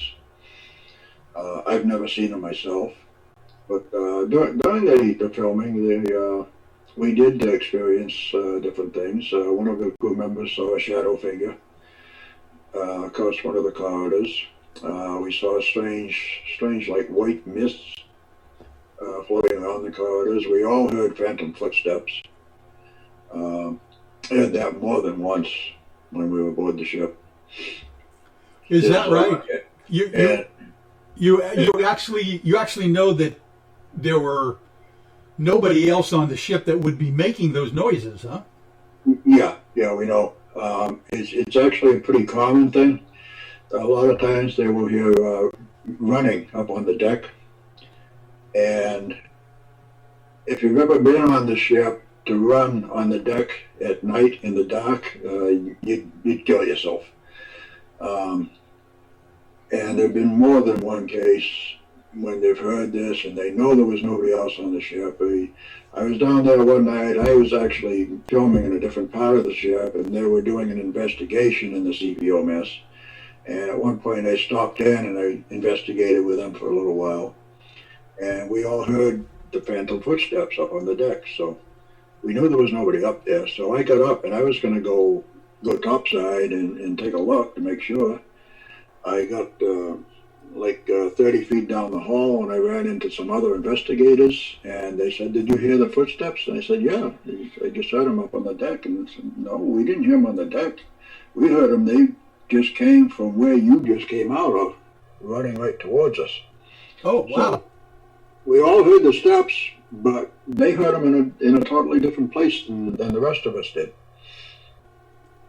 There have been other experiences of a couple of investigators went into the wardroom one night, and as they were walking in, one of the chairs moved out from the table by itself.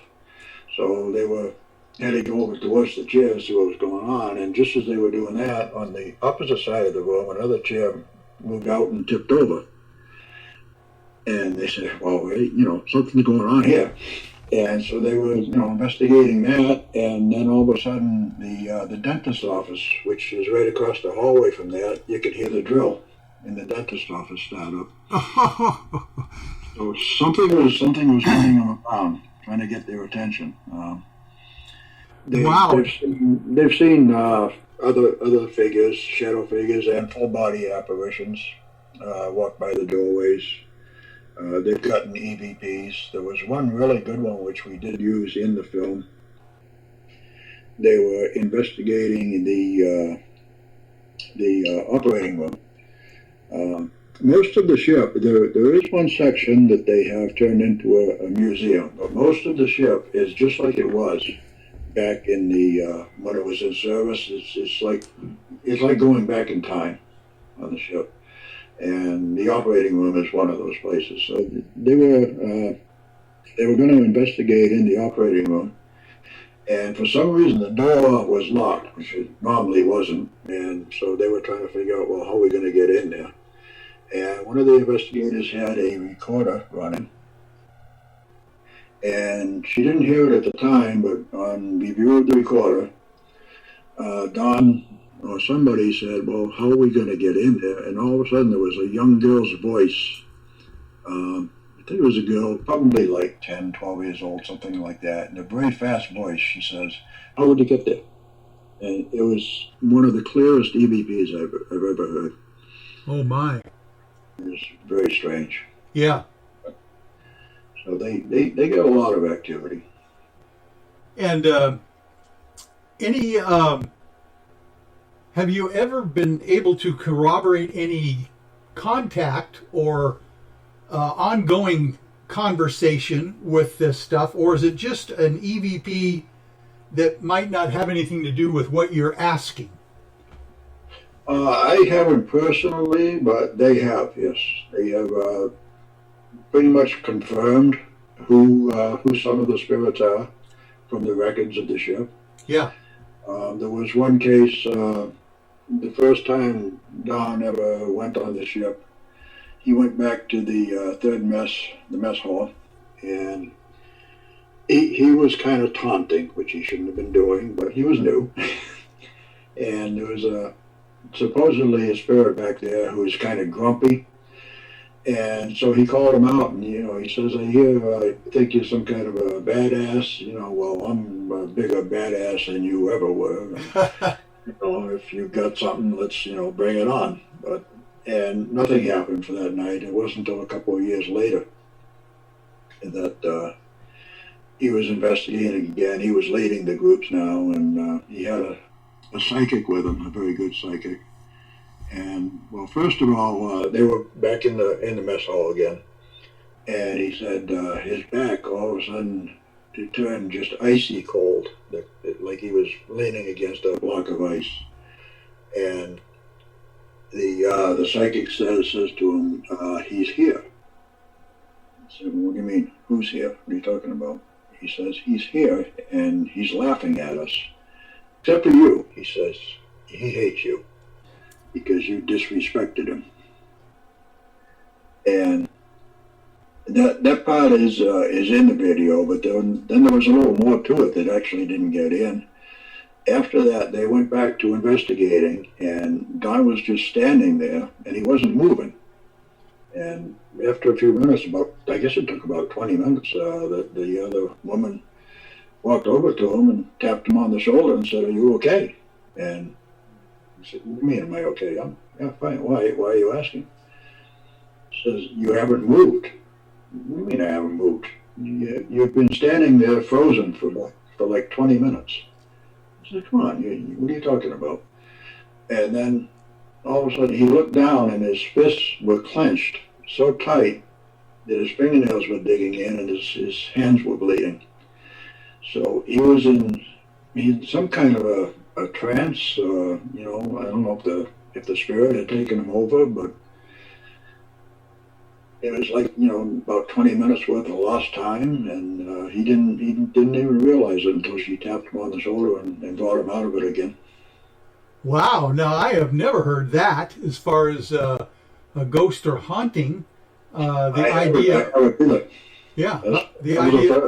missing time or being frozen, or maybe it's almost like a Philadelphia experiment kind of thing where they're not there, or they're frozen, in place for a period of time and they don't even realize it. Yeah, well, he didn't realize it, but of course he was there because, he didn't disappear or anything, but he was frozen in time, is a good way to put it. And, he didn't realize it because when she tapped him, he didn't know it was 20 minutes. He thought he'd just been standing there for a minute, Yeah. Oh, that's interesting. Very fascinating. No, I've never heard of that before either. Yeah. Well, I'm glad you mentioned it. Something to think about when you're out there doing your investigations. It's always good to have comrades with you, just in case something like that happens. You would never know. Yeah, I know that's true. And, they always say you never investigate alone. But, I'm one of those people that just doesn't listen to that. I'm always going off on my own. I like to go find the darkest, dingiest place in the, wherever I'm investigating by myself. Wow, and you feel comfortable at least to do that on your own? Wow. I do, yeah. I've been in some really dark places. Been like in prisons where I couldn't see my hand in front of my face, and actually got touched, and it didn't scare me. But, oh my. Do you find that when you are alone like that, you might get more response than normal? No, actually I don't. But I guess I basically do it because to try and get EVPs, if I'm by myself, I'm not getting noise contamination. Whenever there's anybody else around, you get noise contamination, and even though people are supposed to know you don't whisper, they do it anyways. And so then you're listening back to the recording, and what was that? Did they just hear something there? And so, and I guess I'm just strange. I like to sit in dark, dingy places by myself. Was this something that you and your brother both do, or is it just your personality that does that? Oh, he goes on investigations sometimes, but he's not really all that much into it, and he doesn't do the dark places by himself. Yeah, I'll bet. Like I say, I've been in a lot of places like that and never been scared. Only once was I ever scared, and we can get to that on that other subject a little bit later if you want. Well, okay, that brings up the question. How are you for time tonight? Are you? Would you like to wrap up your segment here at the top of the hour, or we have a whole other hour we could go, or even another half hour if you wanted after the commercial break? It's up to you. Yeah, how about another half hour? Be fine. Okay, wonderful. If that works for you. Then that'll give us some time to get into some of that you were talking about. Matter of fact, why don't we give them a little bit of a tickler on what you're talking about, the one time that you really were scared, and if we need to expand that, we can do it after the commercial break. But what happened to you? Well, I was out at the very haunted Hinsdale house in Hinsdale, New York, and I got physically attacked. So we'll just leave it at that for now. Oh my.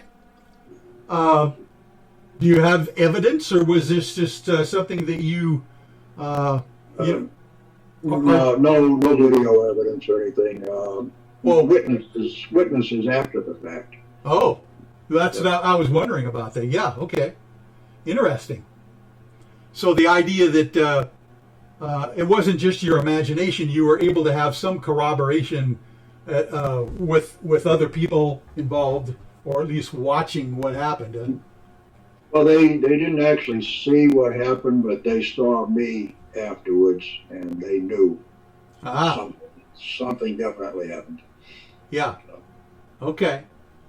Oh, that's fascinating. Well, listen, what we'll do then at that, it's a good spot to get into the next segment of the show, and we will take our break for 6 minutes right now and come back with more of Spaced Out Sunday after 6 more minutes. Hang on. Here we go.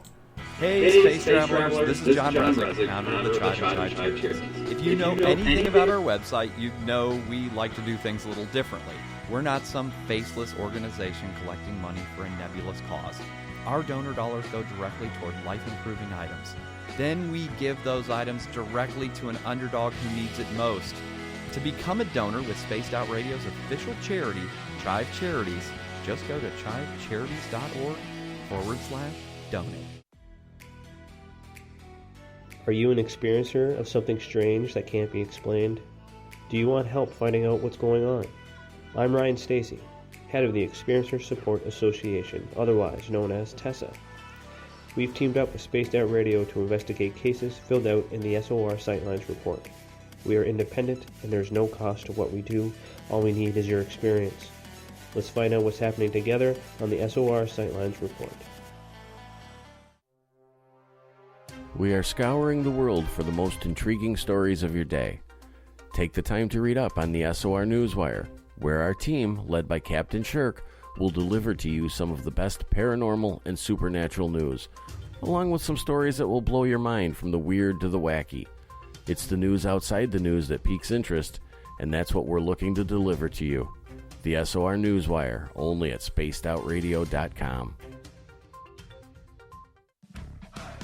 Hi there, this is Dave Scott, and I'm bringing you the Woo every Monday through Friday on Spaced Out Radio. I'm going all out to bring you the strangest, oddest stories and subjects I could find for your entertainment. Why? Because when we hit peak Woo, I know I've done my job. So come tune us in at spacedoutradio.com, 9:06 Pacific, 12:06 a.m. Eastern, and together, my friends, we own the night.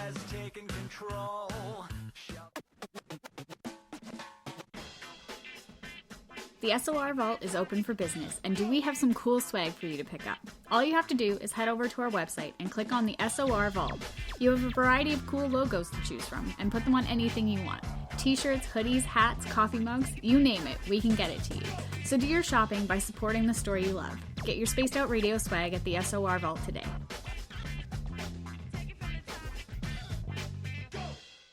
If you like it hot, real hot, then heat up your meals with Bumblefoot hot sauce. Get your Bumblefoot hot sauce today. The sauce, Bumblicious, and the 4 million Scoville unit Bumble.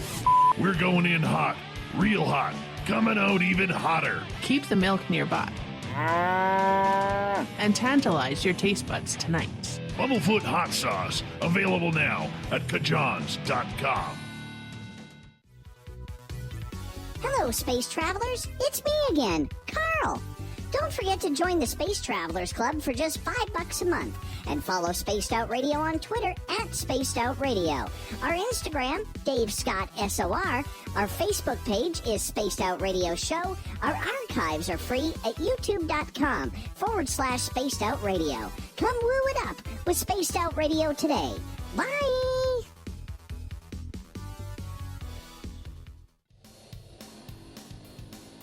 We all know on Spaced Out Radio we love a good beard and mustache, so why not take care of your facial hair with Mighty Moose Beard Oil?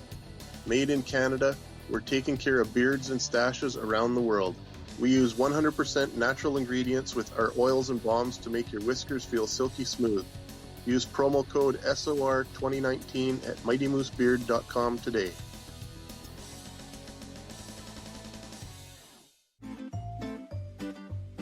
Looking for creative ways to get your company out in the public? How about advertising on Spaced Out Radio? Our sales department is waiting to hear from you, and we can work around any budget. From commercial spots to banners to special promotions, there are many opportunities to get your name and product out to our SOR listeners. For a price guide and more information, please contact us at sales@spacedoutradio.com. Get your horns up with me on Spaced Out Radio. This is Ron Bumblefoot Thal. Come tune in to SOR where you can hear me rock out with Little Brother is Watching, the official theme song of Spaced Out Radio.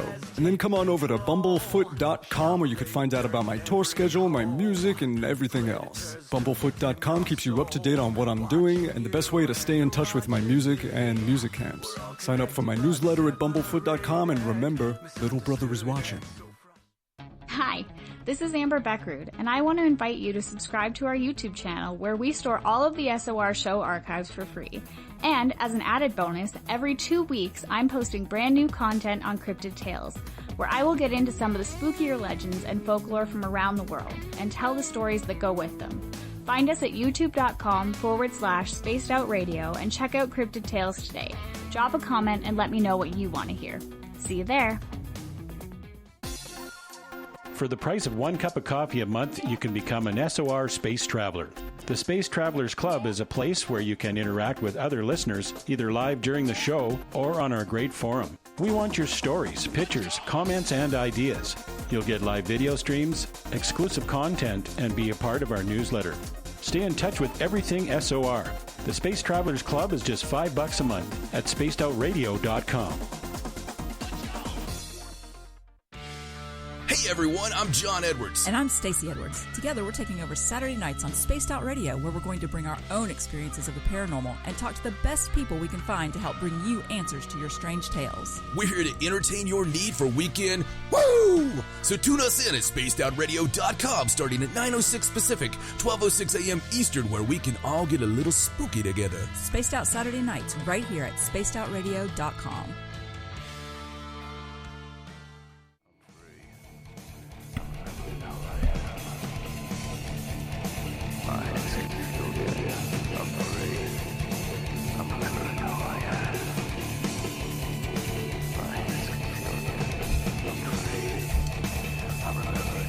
Well, welcome back to hour number 3 of Spaced Out Sunday. I am your host, Michael W. Hall. Thanks for being with us. We welcome back everyone listening in on our terrestrial affiliates, WQEE 99.1 FM in Noonan, Georgia, and UPRN 107.7 in New Orleans. On the digital side, we are also on Revolution Radio. Don't forget, you can always check out our archives at youtube.com/Spaced Out Radio. Do us all a favor and hit that subscribe button. Our website is spacedoutradio.com, where we have a plethora of features for you, including rocking out to some Bumblefoot, shopping at our Spaced Out Radio store, and catching up on Captain Shirk's SOR Newswire, and so much more. And we are here in the third and final hour with my guest, Willy Hassell, and we're talking about ghosts. And we're talking about ghost ships. And now we're talking about the idea that Willy seems to have been literally attacked at one point that we were kind of going to talk about there. Is there something now we can get a little bit more details out of from you, Willy? Oh, I think we can probably do that. All right. This event took place at a pretty well-known haunted house in Hinsdale, New York, known as either the Hinsdale House, or some people know it as the Dandy House. And it is an extremely haunted location. Was this a residence, or was it a hotel, or what was it like? It is a residence, yes. Just a small house way out in the country, out in the hills of upstate New York. Okay. And there was a family who lived there in the early 1970s, I believe it was, the Dandy family. They lived there for 5 years, and in that time they had everything you could possibly imagine happen to them, from ghosts to UFOs to Bigfoot to cryptids and all kinds of stuff. I mean, they were finally driven out of the house. They just had to leave. This was kind of like another Skinwalker Ranch, I understand, right? You know, I've thought of that. It does remind me of Skinwalker Ranch, because they have basically all the same kind of stuff happen there. Yeah. Now, when you say cryptids, what have you heard about? I guess they've had like Wolfman kind of upright canids and things like that, and like I said, Bigfoot and it was just and ghosts, and you know, all kinds of activity. A lot of members of the family had sicknesses and accidents they believed it was due to the haunting. And like I say, after about, it was 4 or 5 years that they lived there, they finally had to give up and flee. And the house now is it's owned by a gentleman. Nobody lives there. He bought it for the purpose of investigations, to try and investigate more into the paranormal and see what's going on. So he rents it out now to teams. They want to go and stay there. And so last fall, actually, it was Friday the 13th of September last year. Oh no. Friday the 13th, let's see, and we had a thunderstorm, and it was a full moon. And it was a very, very active night. A lot of stuff happened. Everybody had experiences of some sort. Well, tell us. Let's take it one step at a time. Tell us who was there with you, and how did the evening begin? It was my team. Some people from my team, Spirit Chasers Paranormal, and some from the Connecticut Paranormal Research Team. And there was, I believe, what do we have? 10 of us all together, which was kind of cramped because it's a small house. And we started out by doing, well, at one point, I'm not sure where we actually started, but at one point we were doing EVP sessions and such in the living room. And we had all the K2s out, and thunderstorm started, and everything just started going wild. All the K2s were going off. One of the women was sitting over in a corner, and all of a sudden she just, well, there was two of them actually. One woman just burst out crying, and her husband was trying to console her and figure out what was going on, and she was just. She was psychic, and she just felt this young girl who was there and was looking for her mother. Something happened to her mother. She couldn't find her mother, and she just felt the presence of this girl. And so, finally got her calmed down. And then another woman was sitting on the other side of the room. All of a sudden, she jumped up, screamed, and ran out of the room. And when they got her calmed down, what had happened to her was, she was sitting over there, and suddenly she felt two arms come up from behind her and wrap around her waist. And she could tell it was a little girl. The way she describes it, she says, if you're a mother, you know that feeling when your child comes up behind you like that. And, presumably it was the same little girl. And she said, it didn't, even though she jumped up and screamed, it didn't really scare her so much as surprised her. And, she just really, that sense of, she had never been touched before in an investigation. So that was a first, and that sense of, just feeling really bad for the little girl. And so, we got her calmed down. Another investigator was outside. He went out to his truck to smoke a cigar. And there was nobody else out there. Everybody was in the house. And this is one of those locations where not only the house, but the land is also haunted. There's woods up behind the house, which are supposed to be haunted. And he was standing out there, and all of a sudden he heard a voice from the woods say, "Come here." And that scared him. He ran back in the house.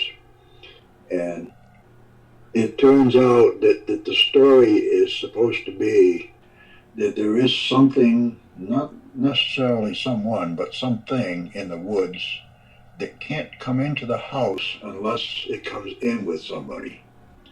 So I guess apparently it was trying to get him to go over and bring him back into the house. But he just came running in, and we could see that he was scared. Later on that same night, he went back out again, and he heard something along the tree line, like a loud kind of sound. And he said it was maybe a couple hundred feet to his left. And then all of a sudden, about 100 feet or so the other direction to his right, he heard it again. And I mean, no animal could have covered that distance in that short time. So now he's starting to get spooked. And then all of a sudden there was a tree in the middle of the yard, or a bush, kind of a small tree, only about 15 feet away from him. And all of a sudden, right from that tree, just a loud, and that did it. He came running back in the house, and he'd had enough of that. So everybody had strange experiences. And then what happened is, approximately, I think it was about 3 o'clock in the morning, everybody was getting tired, so, everybody was just crashing out here and there. And I picked one of the little bedrooms upstairs, and I went to bed. And I was asleep for probably about a half an hour when suddenly I was woken up by some sort of an unseen force was holding me down. And I couldn't get up, I couldn't yell. I was trying to yell for help. Because I thought one of the other guys, Jimmy, I thought was in the next room. And I was trying to yell to him to help me. And I couldn't get it out. And I was just kind of like making little noises. And finally, somebody downstairs, Stacia and her husband Mike, heard me and said, something's wrong. Something's wrong with Willie. And, they jumped up, came to the bottom of the stairs, and she yelled upstairs. She said, "Are you okay up there?" And as soon as she did that, it broke it. Whatever it was, it broke it, and I was able to sit up, and they got up. I said, yeah, I'm okay now. And I know it. I mean, some people might say it was, sleep paralysis or something like that, but I know it wasn't. I was awake. And whatever it was, it woke me up. I was awake when this happened. And when they saw me, they both said, I even said, "Oh, I must have had a bad dream or something." They both said, "No, you were not dreaming. You were terrified." And, they'd never seen me like that before. Wow. And so I suddenly realized I was standing at the top of the stairs right next to the room, and I said, "What am I doing here? Get out of here." So I went down the stairs looking for another place to sleep, and I had left my sleeping bag up there. I didn't want to go back up. So I said, "Mike, would you go get my sleeping bag for me?" So he did. And the only other place I could find was in one of the little rooms downstairs was a love seat, which is not big enough for me to sleep in anyway. So I tried curling up on that, tried to sleep. I spent the rest of the night trying to convince myself that it was a dream, even though I knew it wasn't. And then I even thought, well, maybe I could go out and sleep in the car. But then I thought about Mike and his experience outside, and I said, no, I'm not going out there either. And so I just kind of laid there for the rest of the night waiting for the sun to come up. And, like I said, it's the only time I've ever been scared, and I admit it. I was terrified. To have something you can't see holding you down. I didn't feel like hands or anything like that, but just the pressure on my chest just pushing down, and I couldn't fight it to sit up, and I couldn't take a breath, I couldn't yell, and it was an experience. And so after that happened, the next morning, I of course said, I'm never coming back here again. We went the next night. It was kind of a paranormal road trip. The next night we went to Rolling Hills Asylum in New York, and by then I started thinking, well, yeah, I suppose maybe I would go back, but I'll never sleep in that bed again. So we went back the end of August this year, and yes, hey, where did I sleep? I slept back in that bed again, and nothing happened. Is that right? Oh my goodness. We stayed 2 nights this time, and it was just totally the opposite of last year. A very quiet night. Really didn't have any activity at all. Yeah. Are there stories that would correspond with what kind of entity you experienced in that room? Or do you know anything about the history of what it could have been? Well, all I really know about that is the next night, actually, at Rolling Hills, I ran into somebody who said he was a former owner of Hinsdale House. And so I told him what had happened to me, and all he really said about it was, oh, yeah, him. He's just kind of well, I won't swear, but, one of them kind of people. And I did find out this time around there's a book there where people write their experiences in, and apparently a couple of other people had that same thing happen to them in that room. Don't know really who it was or why, but yeah, it was an experience. And indeed, when you're, do you know why you woke up? Was it a noise, or was it the pressure that woke you up? It would have been the pressure, because I didn't hear any noise. So it would have been, I could feel something on top of me. And that woke me up. Yeah. And was this something, for instance, having a brother, I have a brother myself, you know what it's like when you wrestle with your brother and one of you sits on the other. Was it like that kind of pressure, or was it just pervasive pressure that you couldn't move anything? It was just like an all-over pressure.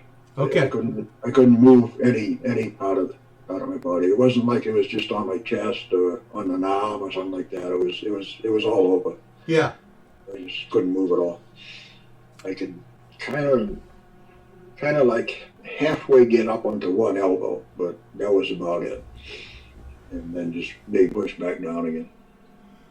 Did you have any impressions while this was going on? Any malevolent impressions came to you, or was it like, for instance, the gentleman you told about it?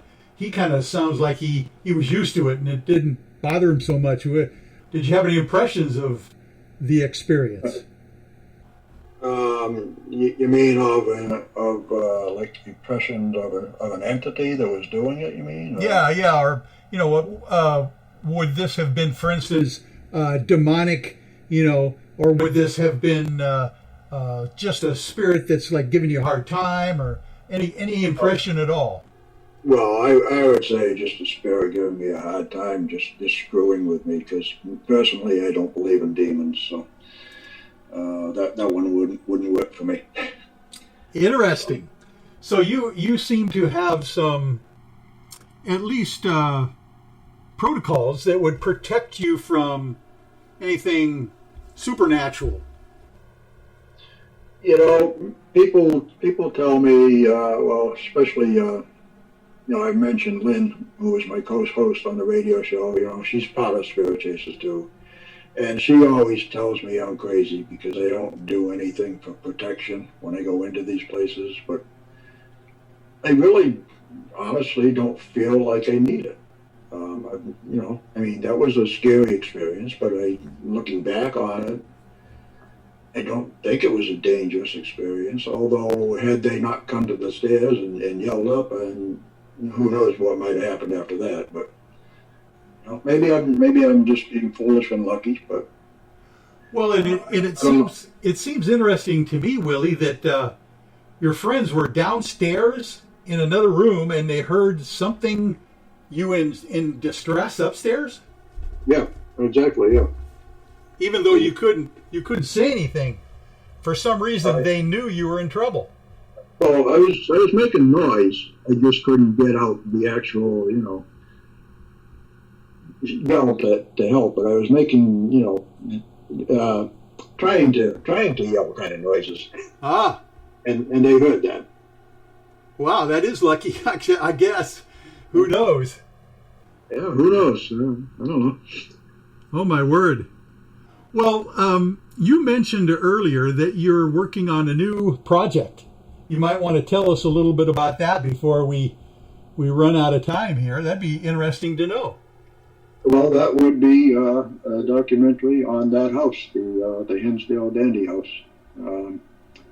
While we were out there this last time for the weekend, I was filming out there, and I'm just starting the process now of putting that together, and actually kind of hoping that I'm going to have enough to make a half-hour film out of it. I think I will,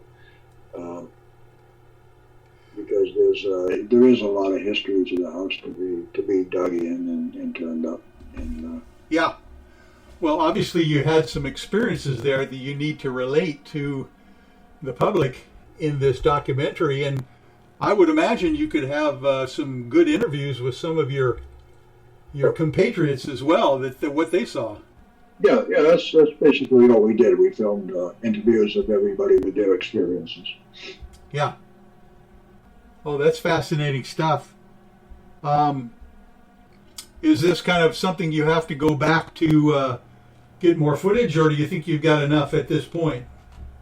I'm hoping I got enough. Not that I don't want to go back. I'd love to go back, but I'm hoping I have enough at this point.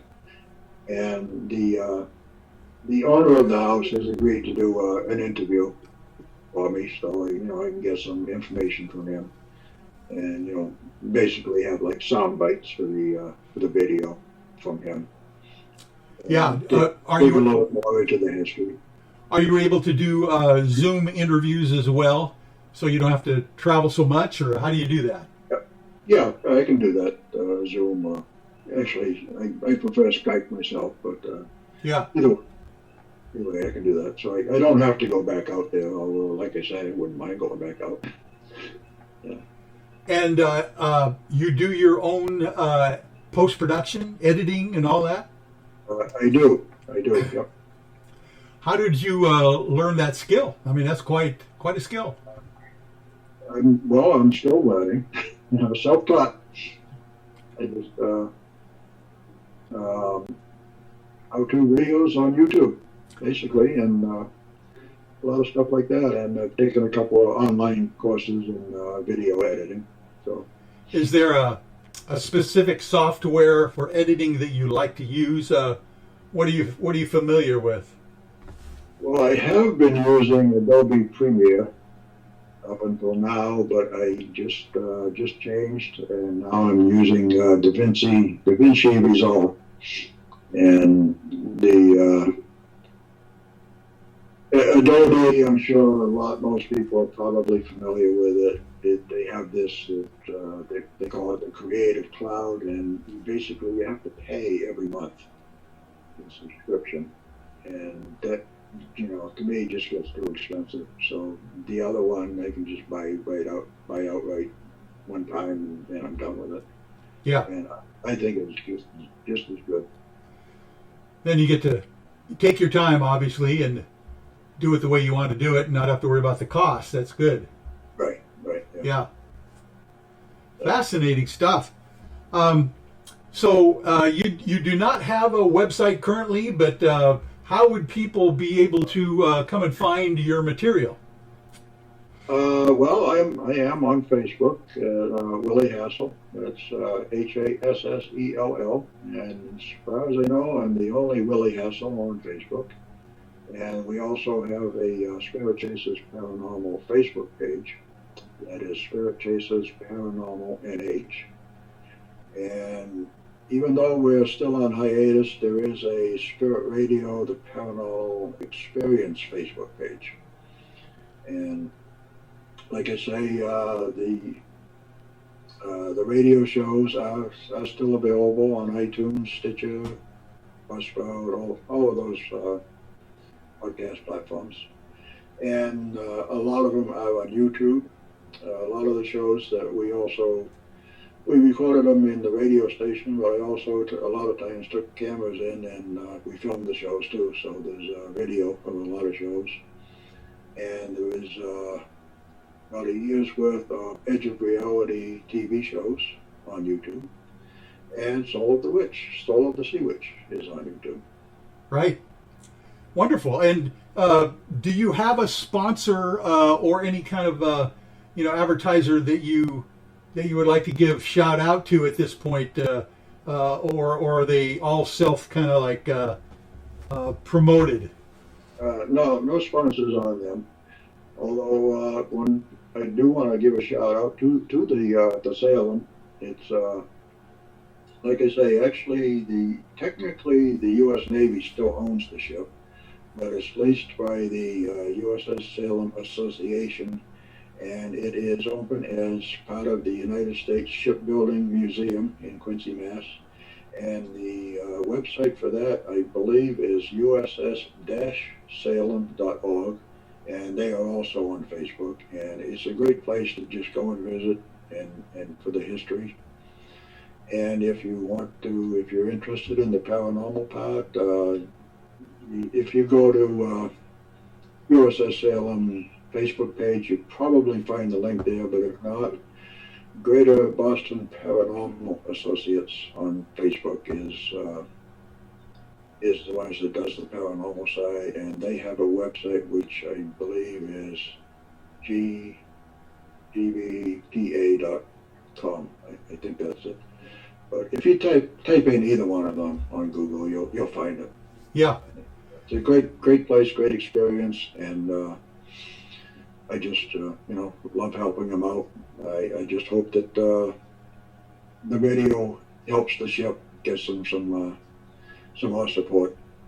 Well, it's very magnanimous of you to help them out in their fundraising efforts as well. So, Willy Hassell, thank you so much for this informative evening that you spent with us here on a kind of a historic evening, the JFK assassination anniversary, but I really appreciate you being on Spaced Out Sunday with me. Oh, Michael, I really appreciate you having me. It's been a pleasure. It flew by. It did. But it is 2:30 in the morning on the New Hampshire Seacoast. Yes, I'll bet. You need to get some rest for sure. So thank you again. I really appreciate it. And we're going to take our break like we always do at this point here, and then we'll be right back, folks, in just a few moments after we take our commercial break at the bottom of the hour here. Need that weekend's supernatural fix? Look no further than Spaced Out Saturday, right here at spacedoutradio.com. I'm Stacey Edwards. And I'm John Edwards. Each Saturday night, Stacey and I are going to bring you the best in paranormal, cryptids, UFOs, you name it, and we're going there. It's all about the experience and to share the knowledge with all of you. So tune us in every Saturday night on Spaced Out Saturdays, starting at 9:06 p.m. Pacific, 12:06 a.m. Eastern, only at spacedoutradio.com. I'm feeling a little spicy tonight. What to do? Why not get Bumblefuck? 4 million Scoville units of pure hard rock. Bumblefoot hot sauces come in 3 flavors. The burning Bumble. Tone it down a bit with Bumblicious and throw the sauce on everything. Spice it up. Bumble me, baby. Bumblefoot hot sauce. Get it today at kajans.com. Are you looking for great advertising value for your company? Look no further than Spaced Out Radio. We have a multitude of places to get your name out there, including commercial ads during the show, special promotions, and banners on our website. Our audience is proven to support the companies that support our show. We can make your budget work for you. So for more information, please contact us at sales@spacedoutradio.com.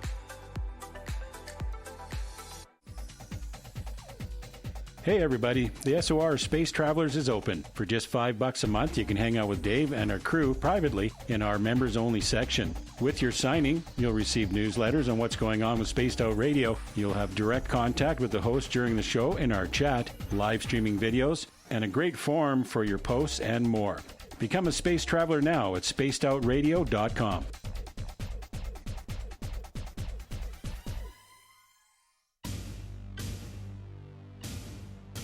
You wanted new SOR gear, and now you can have it. The SOR Vault is fully stocked with t-shirts, hats, hoodies, mugs, and everything in between, with great logos for you to choose from.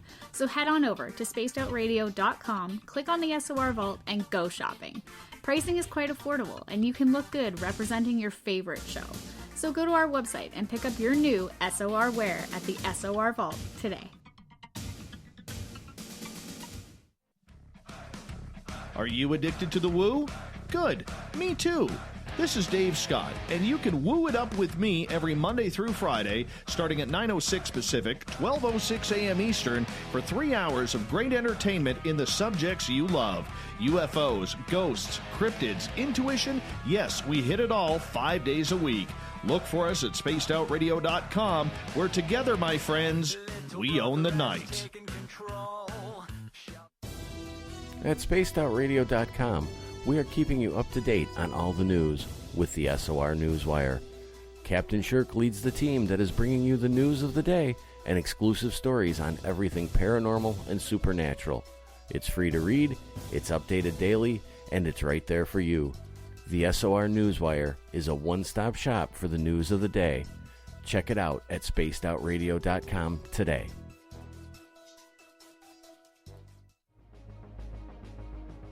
Hello everyone, this is Ryan Stacy from the Experiencer Support Association, otherwise known as TESSA.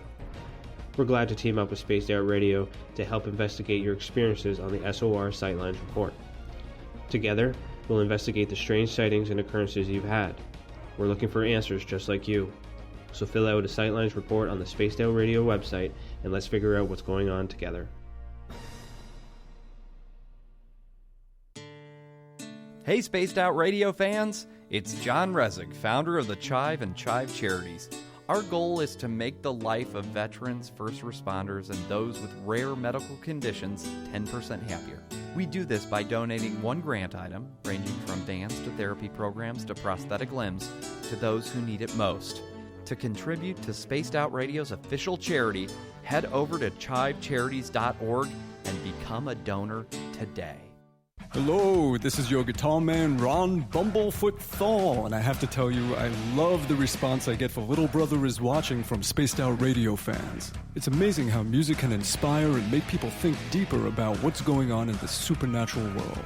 You can head over to my website, bumblefoot.com, to check out my music, my guitar workshops, my touring, even check out some of the hot sauces that I'm working on. And make sure you keep on listening, because with Spaced Out Radio, you know Little Brother is watching.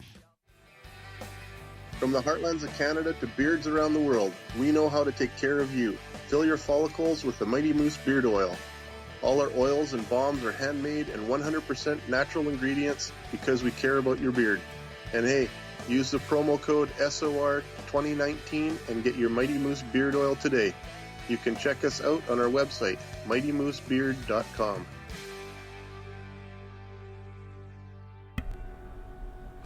We're adding to the entertainment online for Spaced Out Radio.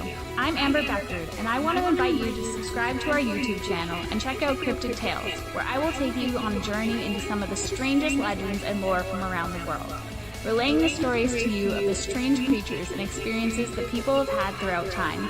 You can find Cryptid Tales at youtube.com/Spaced Out Radio. And while you're there, don't forget to check out our free archives and leave a comment. See you there.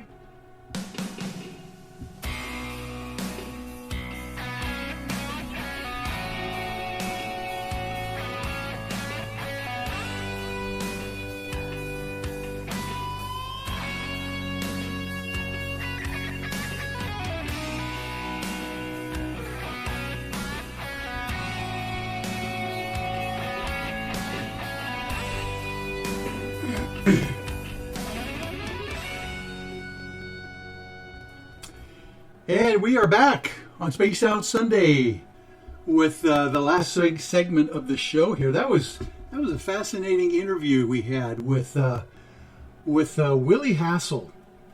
The idea being that he literally has had experiences as a ghost researcher and putting together the documentary proof of contact, basically EVPs and all sorts of even physical contact that we seem to experience every once in a while in certain locations, including the USS Salem, the ghost ship the Navy has there. I didn't want to keep him too much longer on the East Coast there because it's really late back there, coming up to the last half hour before midnight here on the West Coast, and so I can imagine he's got to get some rest. But what I thought we'd do is do maybe some fireside stories, or at least one, for this kind of time of the year as we get closer to the holidays. Maybe kind of pick up some of the stories that I've put together over the years. Every Christmas I usually come up with some kind of a story that I like to write. So let's do one of those. This one is called The Christmas Pageant, and I hope you enjoy it. Sit back, relax. Hopefully some of you are still awake, but maybe this will put you to sleep as well. But I hope you enjoy it. Older now, reminiscing by the fire, I pleasure myself in thinking of the small, simple things that life has brought to me over these long years of glory and sorrow, inconsequential egonomics I have so eagerly participated in, thinking it was all so important somehow. The cat is curled up on my lap, on top of a warm wool blanket. The hearth fire dances on cedar logs, crackling and popping and enticing me back to those bygone days, much bolder and less wise. Rocking back and forth, I sift through the good times, those comical holiday gatherings, our extended family coming home for Christmas to love and be loved by young and old. One particular Christmas comes to mind as a high watermark of what it's all about and how it can be so gloriously expressed in such simple terms as to cause an angel to shed a tear. I was home for the holidays, late as usual, taking a few precious moments away from a successful career in the big city, which provided me a modicum of fame and glory, at least as far as my small town hometowners were concerned. Those were for me those self-absorbed days of sacrifice and toil, of grasping for the cherished golden rings on the brightly colored merry-go-round of life. I would annually look forward to a short, no-pressure respite with family and friends, always bringing some expensive gifts that I knew that they couldn't afford or obtain in their neck of our hometown woods. The short time I allotted each holiday season to fawn over and be fawned over had become routine for me and probably more needed for myself than I would admit. Christmas Eve church service has been a tradition in our family for generations, and not being as religious as hoped for, I had at least found a comfortable spot in my heart for the biblical observance of baby Jesus in the manger, Mary and Joseph, the wise men, and assorted shepherds, and whatever miscellaneous livestock Dr. B, the local veterinarian, could corral into our small church at midnight on December 24th. To be truthful, midnight service does not actually begin at midnight. But God forbid a delay in the festivities would push the hallowed program past the witching hour due to a colicky baby Jesus, or the wise men being called out to a 3-alarm fire, or Doc B's mule deciding it was feeding time again. And they would be hell to pay come Sunday morning. Methodists are, if nothing else, punctual. In order to claim our family's traditional pew before some unknowing visitor committed a Yuletide faux pas, we habitually arrived well before the coffee had even been perked, and the made-from-scratch post-service Christmas cookies had even been placed on their dollar store doilies. Suffice it to say, there was plenty of time to catch last-minute choir rehearsal, the impromptu acolyte training, and the traditional testing, screeching of the sacred sound system. I would typically take this last night opportunity deep in meditation, this late night opportunity, deep in meditation, of course, to catch a little shut-eye in the darkened sanctuary before our wooden pew necessitated a gluteatic shift in position. Either that or my snoring became intolerable for my pesky cousins seated behind me. The service begins promptly at 11 p.m., the prevailing wisdom being that if you can't tell the Christmas story succinctly at that late hour, you might as well attend midnight mass at St. Pius across the alley. By showtime, the place is packed and buzzing with folding chairs in front to the standing room only up into the loft.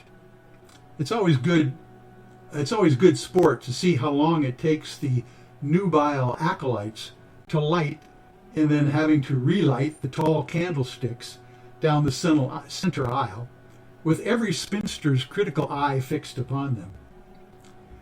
Eventually, the pastor's wife commands the attention of her small, all-volunteer army of robed and festooned sopranos, altos, tenors, and one lone bass. With the same eagle-eyed stare of officiousness she is always wears at such occasions. The thin, Dickens-esque character who sits before the ornate pipe organ startles the crowd awake with the annual holiday overture that he traditionally plays with gusto and verve at this auspicious occasion, it being his favorite piece from deep within the bowels of his thickly upholstered tuffet. Things were going along smoothly as far as the pageant was concerned, the only minor controversy being the young, unwed mother who was chosen to play Mary had insisted on using her own, quite fresh, newborn as baby Jesus. It took a special dispensation by an emergency meeting of the Church Foundation Board of Directors to allow such a thing in such a tightly knit community such as ours. But with a bit of loose exegesis, the biblically apropos scenario eventually won over the rapidly aging elders at the last minute. It also helped that the wayward waif's father was a major contributor to the church's capital building fund. In any case, mother and child did reasonably well under the circumstances, as attested to by the visible sigh of relief displayed on the young music director's face, an ex-Radio City Music Hall rockette who had left Broadway a decade earlier to raise a family back home with her previously gay choreographer husband. As the entire affair begins to build towards the traditional climax sing-along of the Hallelujah Chorus, suddenly something meaningful happens that knocks my Yuletide complacency clean out of the park. Seated on the aisle at the far side of the congregation, in an anonymous location well suited for my obligatory but non-committal participation, should anything unusual be required at this late hour, I notice that the entire town of Bethlehem is crammed up front on the small sanctuary platform for the big finale.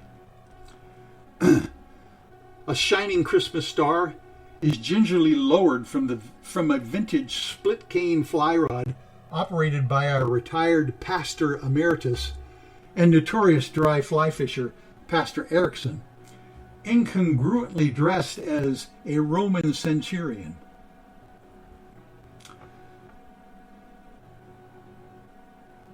Just lost my place there for a second. I'll find it again. Suddenly, while the barbershop quartet shepherds rejoice on high, and the firefighter wise men are bowing on arthritic knee, a bevy of scantily costumed and barefooted angels in flowing white dresses that are gathered at the bosom with golden rope come tiptoeing down the aisles carrying ceremonial offerings to the newborn king. The main aisle seems to be casted with the best that our little community could muster as far as angelic womanhood is concerned. The mayor's daughter, a fit and graceful aerobic instructor, leads the way, followed by a few remarkably toned divorcees and a youthful substitute gym teacher who recently graduated from community college, bringing up the rear. The adjacent aisles on either side of the sanctuary are more haphazardly filled with those eager souls the retired rockette obviously didn't have the heart to turn away at the open audition. It was then that it happened for me. As I stirred myself from my big city complacency and lifted my head to glance around, there, dancing next to me, in the soft glow of an ancient candlelight, there was a pleasantly plump, middle-aged angel dancing with the expressiveness of someone half her poundage, but nowhere near her grace. Her angelic face glowed beneath the golden coat hanger crowned like a classic painting by a revered master. She moved her with humble purpose, as if she were dancing before the Lord of Lords, which indeed she was. Only a few nearby parishioners were privy to her simple but glorious performance. I, for one, could not keep my eyes off her, not because of her beautiful hand motions or her graceful dance. It was the unabashed countenance of her godly worship that was so breathtaking and awesome and awe-inspiring to my tired, worn-out soul. Suddenly, I knew I'd been away much too long from my true purpose and faith.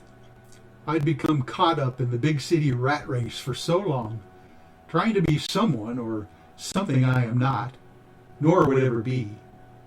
She cut me to the quick with her joyous and graceful demeanor, despite, perhaps, or perhaps because of, her outward appearance. I received the distinct impression that she carries her heart just as she carries herself, making a small but meaningful difference wherever she goes. I lost her in the crowd as everyone stood for the Hallelujah chorus. I craned my neck to catch a glimpse of her again as a lump rose quickly in my throat, causing me to choke on Handel's inspired words of timeless praise.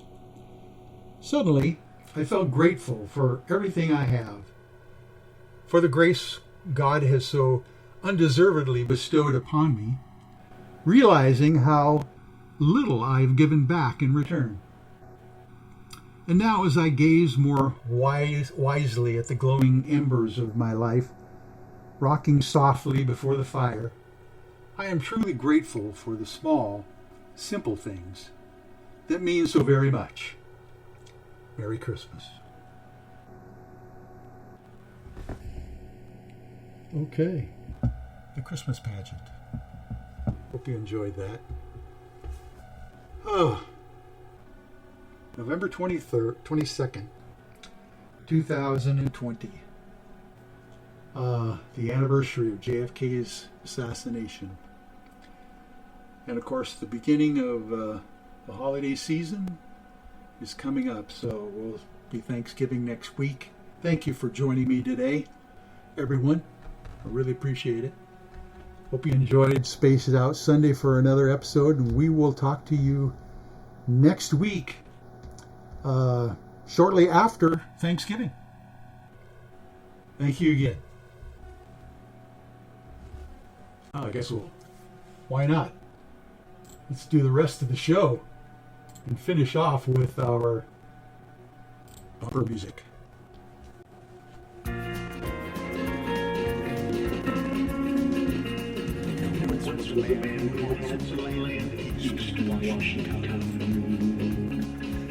On the this man he had a charcoal lawn.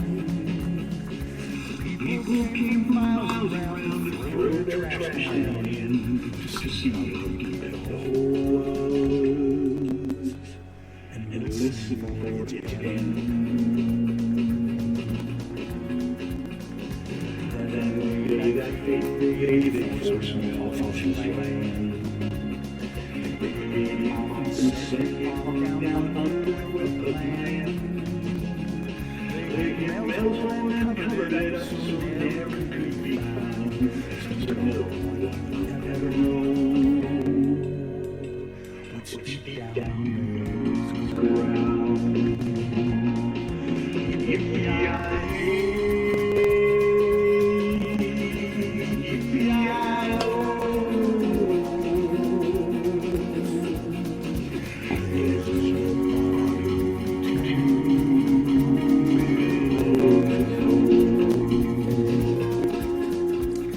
Well, I want to remind you that Mr. Ron Bumblefoot Thal is the official music of Spaced Out Radio, rocking us in and out of every single show. You can find out more information and music at bumblefoot.com. A special thanks to everyone listening in at home and in your cars, at work, and in the chat rooms, wherever you are around the world.